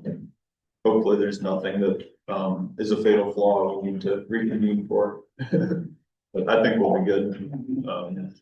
There was, the only thing that there were those couple applications or elements of both. That didn't make it over to the non-motorized spreadsheet when we got into there and we talked about those, they'll just have to fit in. They'll all be, one's no fund, it looks like the other two will be partially funded. How did everybody feel with, I guess, both of our programs on how much time you had to review and score applications this year? Nobody felt like they were overly rushed. Okay. That was something I was worried about, just because especially if folks had other things going on, 74 was a lot to go through. Well, the time period I this don't do year, anything else between 7 and midnight. the time period this year was shortened out because we got them a little later and then we were due about a week or a little more earlier, so it was, but anyway, I don't know. It was a lot of work. I know that in the past, we've had a little longer. Where we So okay, I gotta get to that, maybe tomorrow, maybe the next day. This year, We got, I gotta get on it now. I think, you learned maybe you might need more than a day. Yes, Yeah, yes, did not get enough sleep night before last. Are you guys, like the terms of people being up and finding others? Do you think the people that are here now will continue with the same people? You mean you guys? Yeah, Like that's on the committee. no, you made us all mad. I We'll think, have to look at terms. Yeah, we'll need to look at terms, what is there, It's like a 2-year term. is it 2 or 3? I think we're, yeah, I thought it was. I thought it might be Your three. term and you can serve 2 terms. I think is how.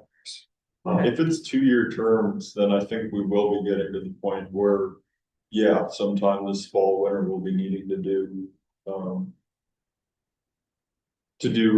nominations again and, run it by the governor's office again.